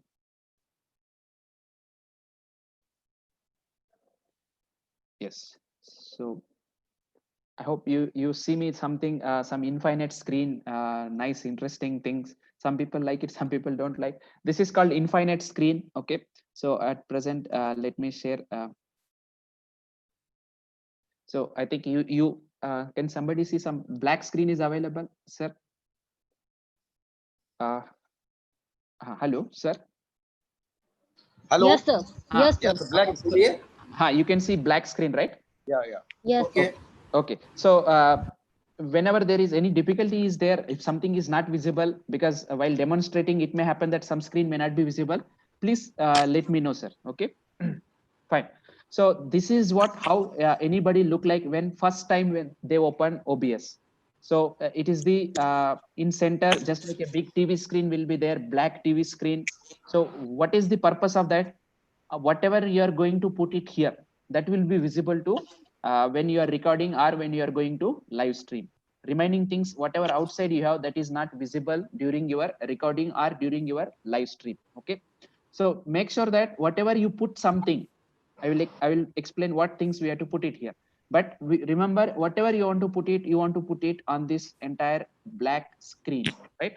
On those things we should adjust settings. Then if we start recording, those things will be recorded. If you go live stream, those things will be recorded. Now if you see the below things on the screen, there are something called scenes and sources. Audio mixer is there. You can see that when I am talking, there is a green, yellow things are going here and there. So that is audio mixer and scenes transition. And the last one, what you have here is the important one called just with this somewhat here. So here you can see that controls button is there. So this is another one. You can call it controls. So you can see here start streaming, start recording, studio mode, settings. So whenever you want to record something, you can click on start recording. Whenever you want to go live, you can go on start streaming. But for streaming purpose, you should put some extra settings that we will see quickly. Okay. Now what you should do here is, this is the basic how a OBS look like.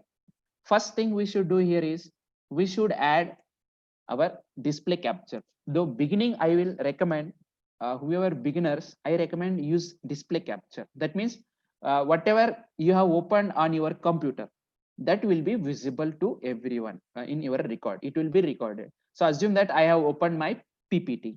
I have opened on some web browser. That will be recorded during my lecture presentation, right? So for that, what you have to do is, they are called sources. So whatever we want to put here, they are called sources. So we have to put sources here, one or more than that. Then you can start using your recording OBS. So if you see in this, there is a plus symbol under the sources button. There is a plus symbol, minus symbol, and settings, up arrow and down arrow things. Okay. So you click on this plus symbol. So if you click on this plus symbol, what you see here is many available features are there. Audio input capture, audio output capture, browser. Okay, that means you can add some browser here, and you can display capture. This is what I want to tell you. Display capture means the name itself suggests whatever it is visible to your, that means in front of my computer, whatever I can see right now, that will be recorded. If that is the meaning of display capture. So suppose assume that I have opened some image, that will be visible, recorded for everyone. If I open some video, that will be recorded, right? So display capture is nothing but whatever you open, no matter how many windows you open, you can open 10 windows also. So that is display capture. I don't explain about game capture. Image means you can insert some image there. Okay. If you have more slides, you can use this image slideshow also. And next thing is this window capture. So what is this window capture? Is basically just like what we are doing in Zoom. So in Zoom, we will select one window at a time, one window at a time. So that if we want to do it, that you call it as a window capture. So if you select window capture and uploaded some PDF file in that window capture, so only PDF file will be visible to others. Even if you open some other folder from your computer, that won't be visible. But whereas if you go to display capture, whatever folder you open, it will be visible. So display capture means everything from your computer, whatever you open, it will be recorded. Whereas in window capture, a particular thing, whichever you have selected, for example, presentation file, you have selected presentation file means only presentation file will be recorded.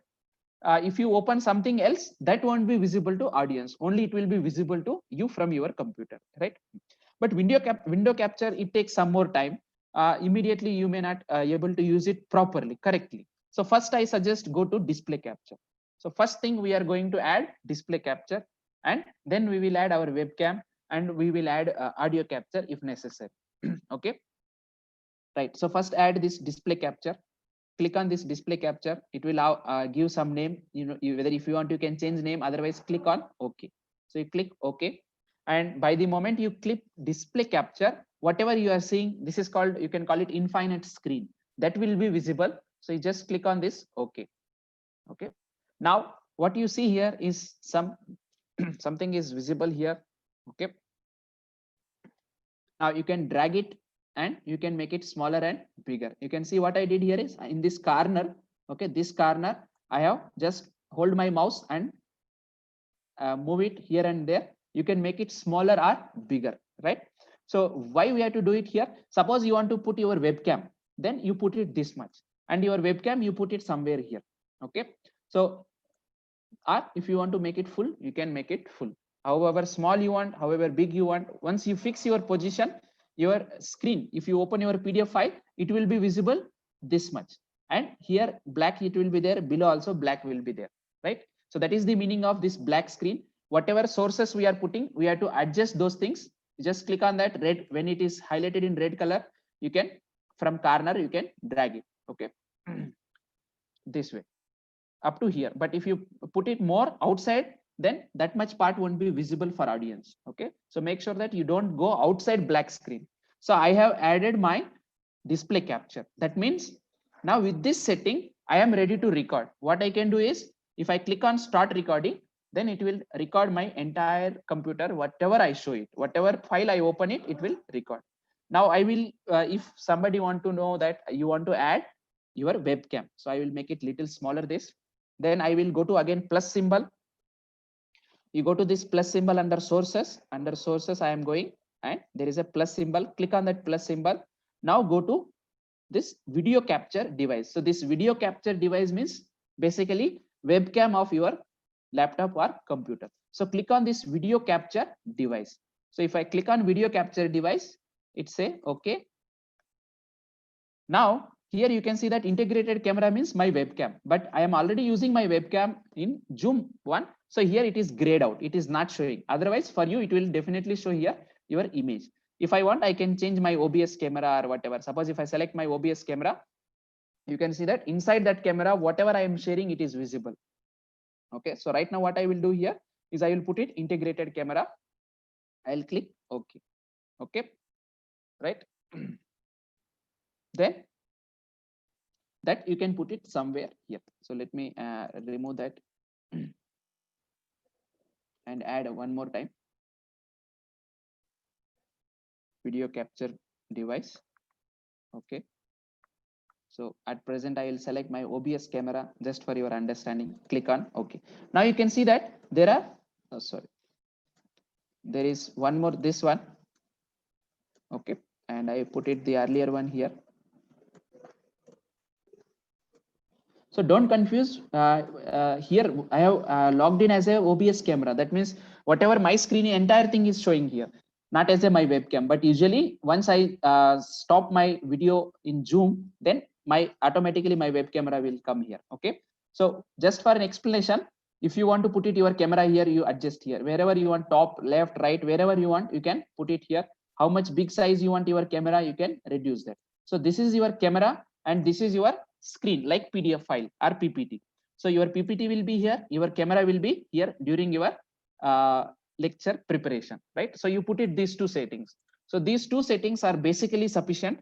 And if you have something like this whatever phone this microphone earphones I am using, if you want to add audio to that, what you can do is, so audio input we can add it so that people understand, I mean they receive our voice properly. For that again, so two sources we have added so far. First source is this display capture, second source is my webcam, and third source now I am adding as audio input capture. So you click on audio input capture, click OK. Now here you can see that it asks for which you have to select, right?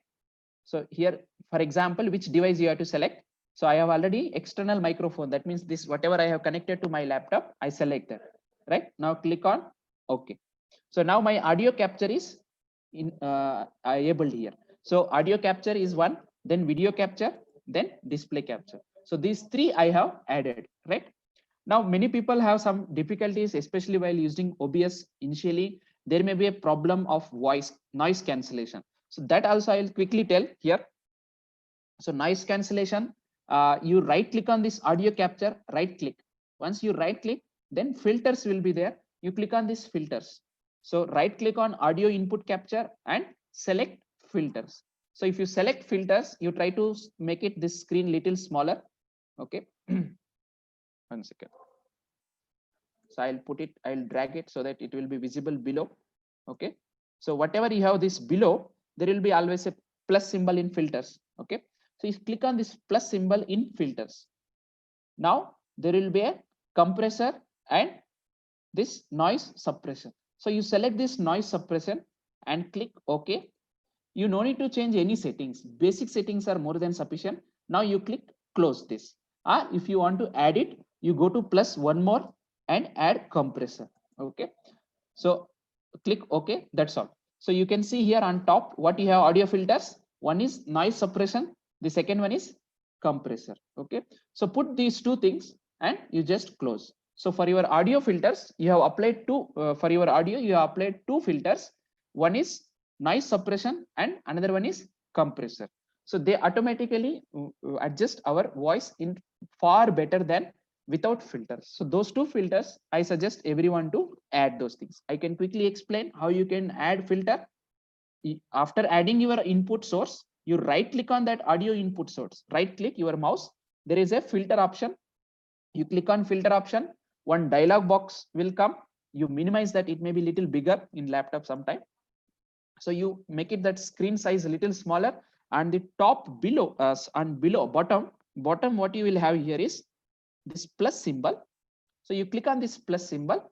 Whatever you see here, compressor, expander, gain, so many things.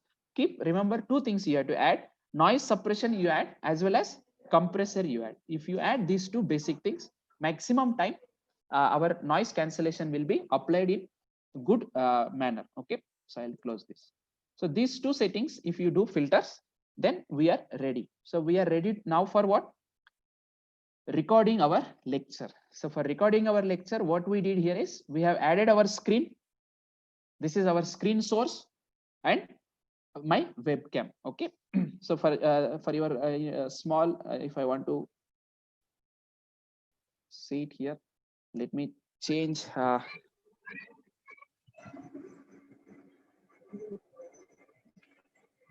1 second.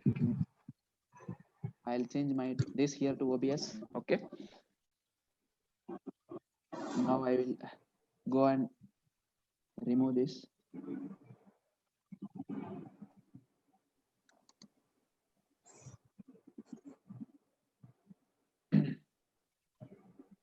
And I will add my video capture. Okay. Now you can see that my webcam is visible here. Okay. You click on OK. Right. Whether you can see my webcam on this screen. Sir, can you see my webcam on this black screen, whatever I have added here? Yes, it's visible.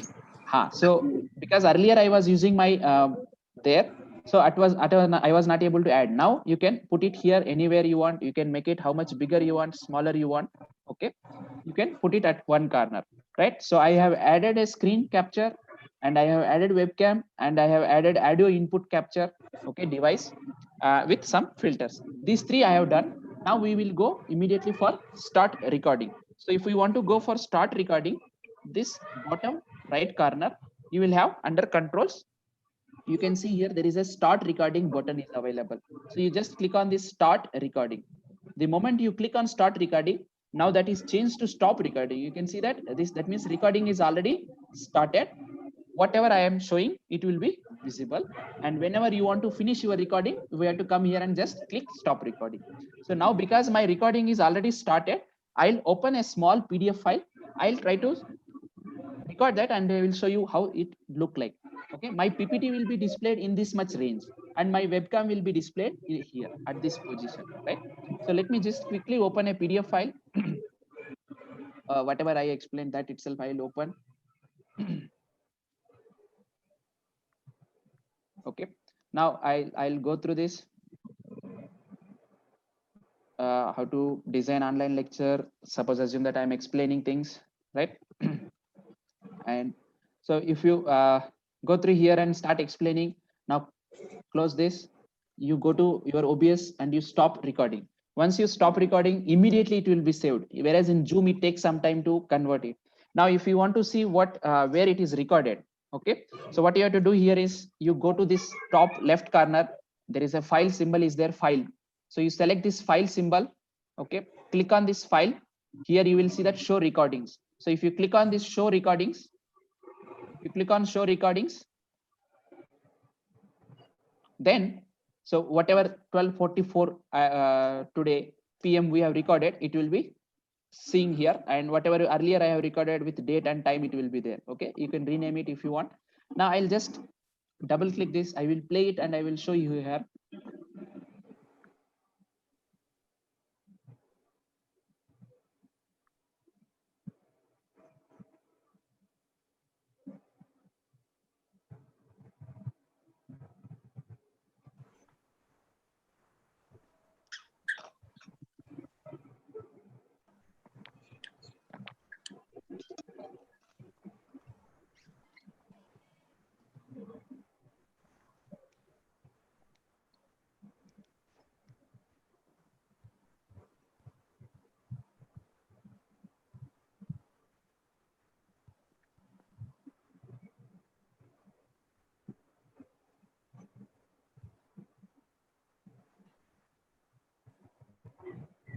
So you can see that my screen is this much part and I am here. Okay, and this side there is a black screen is here, there is a black screen here, because in that OBS, however we have set in that same direction, same positions, our PPT will be here and I will be here.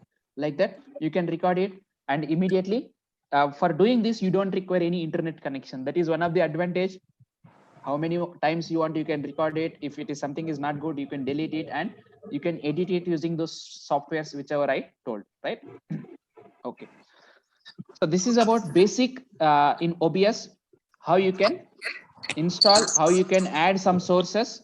So everything basically what you require is under sources. So sources, you add display capture, you add video capture. If you want webcam, if you don't want to use webcam, then you don't need to add video capture, simply add display capture. And for getting voice properly, you use audio input capture. So audio input capture you add, display capture you add, and immediately start recording. This much is sufficient, and with that you can start recording. Now quickly in 2 minutes I will show how you can go live on for example YouTube using this OBS. So for that what you have to do is, here if you see here, there is a option called start streaming, start recording, that we already seen. So just click start recording and stop recording, right? Now if you click on start streaming, before click on start streaming, you have to go to settings. Okay, so click on settings. So if you click on settings, then here left hand side you will have general settings. Then there is a second one which is called stream. So you click on the stream settings. Okay, so if you click on this stream settings, what you have here is this server. Okay, so server means if you select on which platform you want to go live. Right? So here you can see that. So there is a server, YouTube is there, Facebook is there, Restream, Twitter, whichever you know already, all those platforms you can go live using OBS. So suppose you select YouTube, you want to go YouTube live streaming. Then if you see here, there is a stream key is there. So that we have to provide. For example, I want to go on my YouTube. I have to first go to my YouTube. There you create a stream key and copy and paste it here. Okay, then it will be ready to go for stream. So we have to get stream key, no matter whether it is a YouTube, no matter whether it is a Facebook. Okay, fine. So I will show that how we can go and get our stream key from YouTube. Okay, so how we go and get our YouTube stream key? Go to your browser and type here YouTube.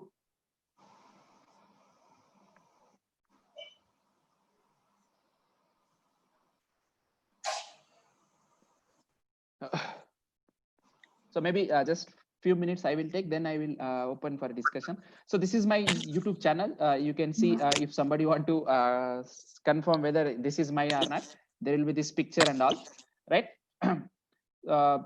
So here in if you go to any YouTube your channel, so on the top right corner, okay, on top right corner, what you have here is this plus symbol, which is called whether you can, if you click on this plus symbol, you will have upload a video. So you have recorded your video, you want to upload to YouTube, then you have to come here and click plus symbol and upload video. You give small details and you upload your recorded file. You are done. Now, if you want to go live streaming, then you click on this go live. So for live streaming, you have to click on go live. So once you click on go live, then it just open in few seconds.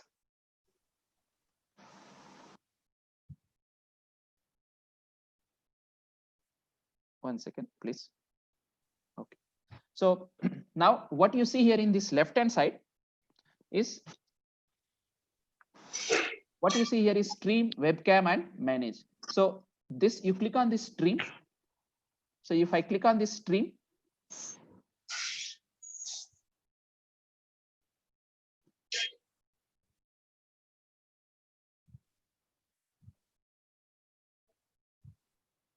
okay. So here you have to give some title and so on. Once you give your title, what is the title of your live streaming and whether it is visible to public or not. If you give those settings, it will come like this. So there you will find your details, okay, stream key. Okay, so this is called stream key that you have to take and put it in your OBS. So you just click copy this OBS stream key, this YouTube stream key, sorry. So you copy this stream key. Now you have created a stream and you have copied that stream key. Now go back to your OBS. Okay, once you go back to your OBS, right, now you click on this settings, go to that stream and paste it here. Okay, here I will paste whatever I have just copied, right? Now you click on this apply. Below there will be a button called apply. So you can see, and below there is a button called apply. You just click on this apply.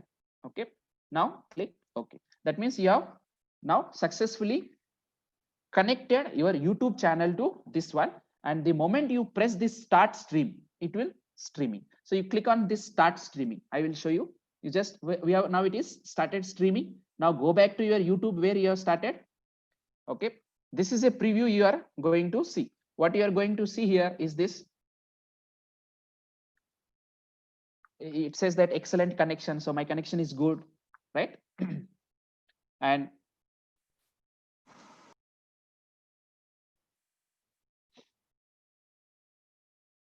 it is loading. Once we are ready, then it says that now you can go live and so on. Okay. So you can see that this is a preview. Okay. So in this one, whatever you are doing here, it will be visible. Okay. That means we are now connected live also. And how we can give this link to others? You on this top right corner, what option you will have here? You can see here there is a click on this share button. So if you click on this one, here this link will come. You copy that link, okay, and go here and paste it here. That means if you give this link to your all participants or students, then they will able to join live with me. Okay.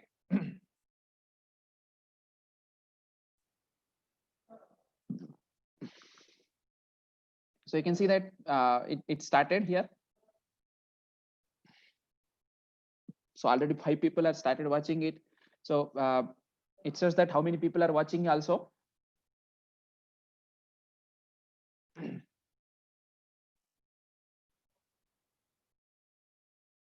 So if I click on this live, there will be slight, maybe some 2 to 5 seconds, there will be slight delay will be there. That is there in every live streaming. Okay. So in this way, you can go live streaming. Whenever you want to stop, you can stop that live streaming. There is no problem. Okay. Now I will stop that streaming. Right. So stop streaming. and we are ready. Okay. That's all. So this is all about using your stream. I'll close that streaming now. Go to manage. Exit. Okay, and I will open this discussion for any doubts if they have.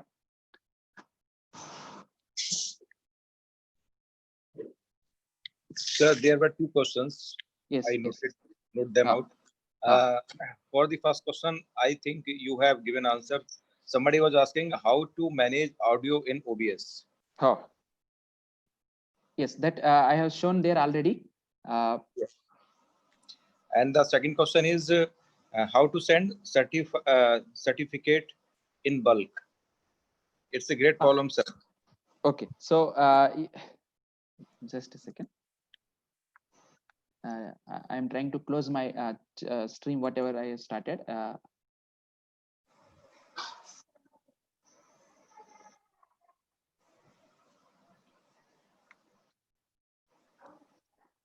Okay.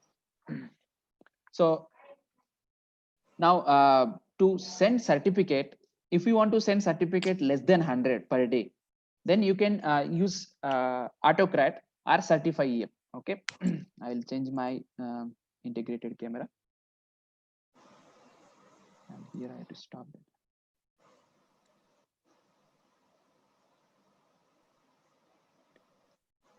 So I'll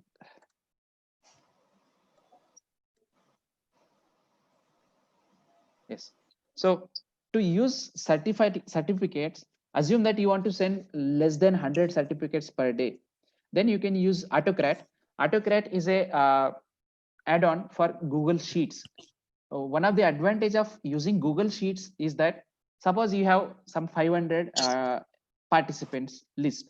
So 500 participants list you have their name, email ID. For them, you want to send a certificate. Okay, I have given clear demonstration, but in 2 minutes I will explain how you can use it, and then you can go and watch my video.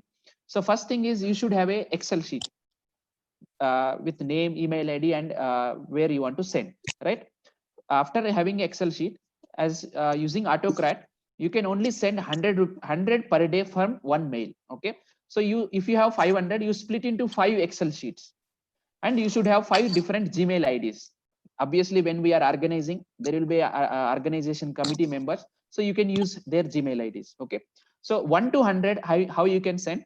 You go to Google Sheets, you upload your Excel sheet.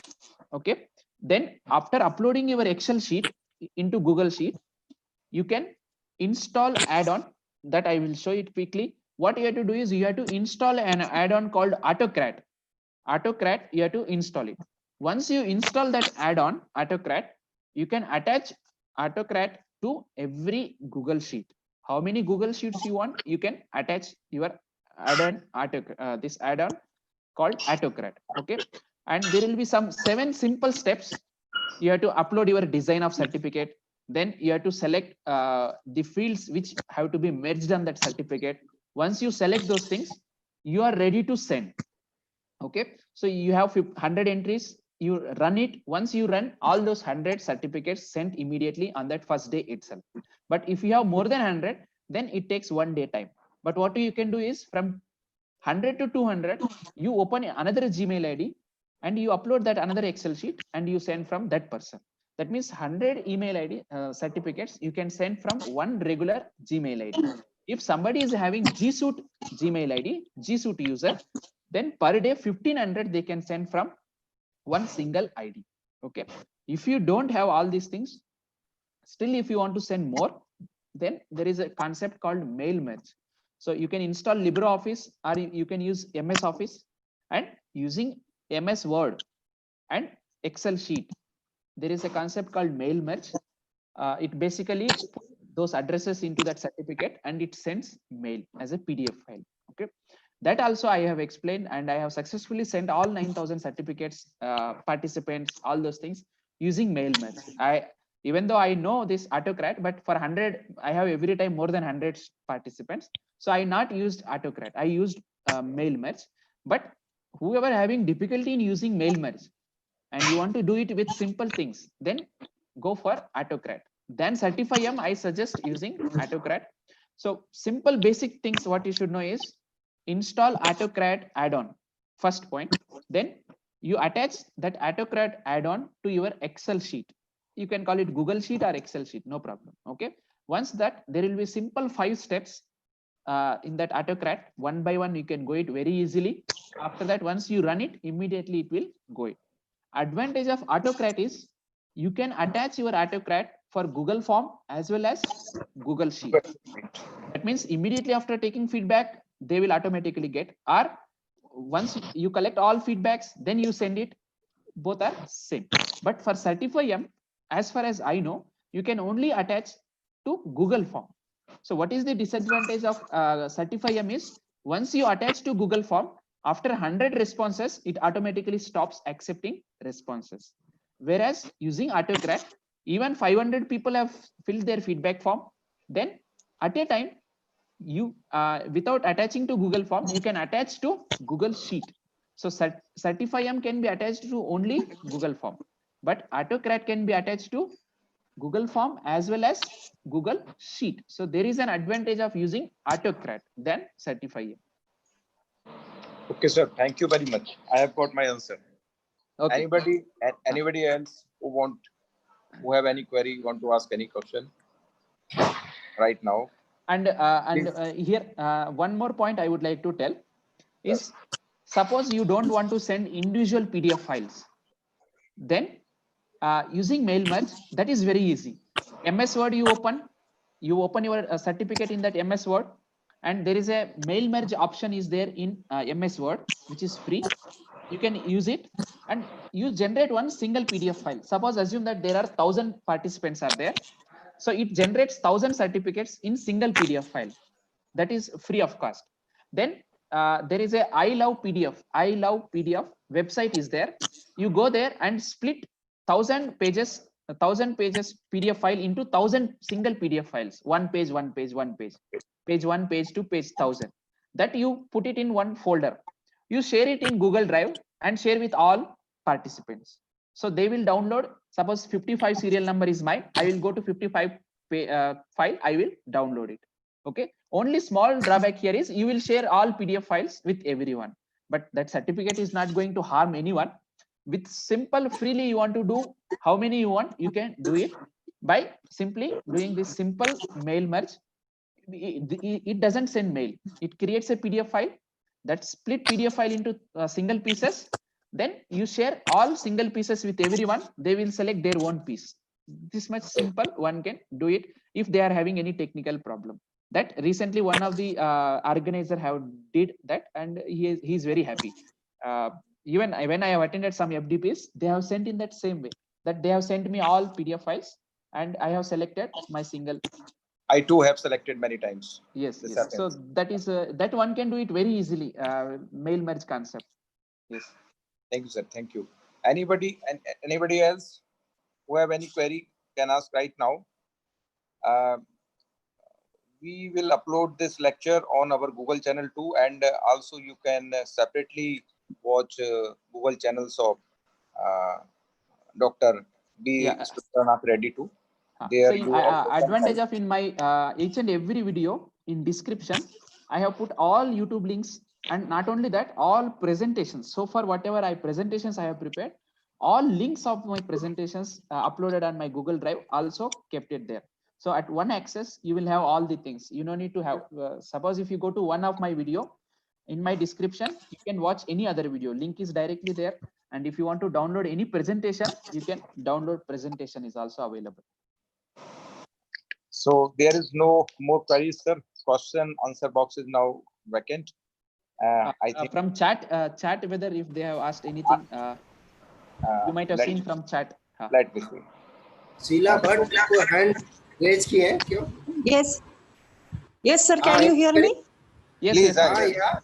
Sir, good afternoon. Very interesting session. What I want to know is, what about the offline task we can do in OBS? Like you said, we can record, delete, and edit. And what are the other things we can do, sir, offline? So this is basically OBS is for recording your screen. That means you can record, for example, as a teacher. Okay, and other thing you can do is you can go live streaming. So basically it is for two things. One, you can record your lecture, you can save it in MP4 format. Then if you want to edit, you use other software which I said OpenShot or Shortcut. And if you want to reduce, you can reduce using Handbrake. But OBS is mainly for recording your lecture or going for live session. Okay. Okay, thank you, sir. Thank you, sir. Oh, sir, there is no more questions in question answer box, Okay. as well as in chat. Anybody else? I am again giving you chance. Okay. Now there is no more questions, Yes. and we have finished today's task. And from tomorrow, and thank you very much, sir. Thank Yes, you sir. very Yes. much Yes. Thank you. for being with us. Yes. And from on tomorrow, we will be meeting at the same time at 11.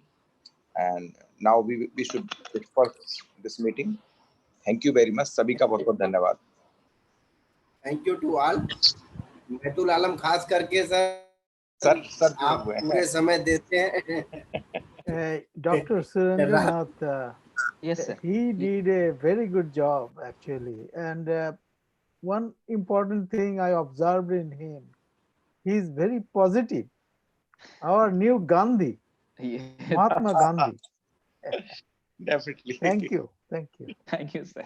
Thank you. Very, very positive. Thank you. Thank you. This is Thank you, sir. important. Thank you. Okay, thank you. In the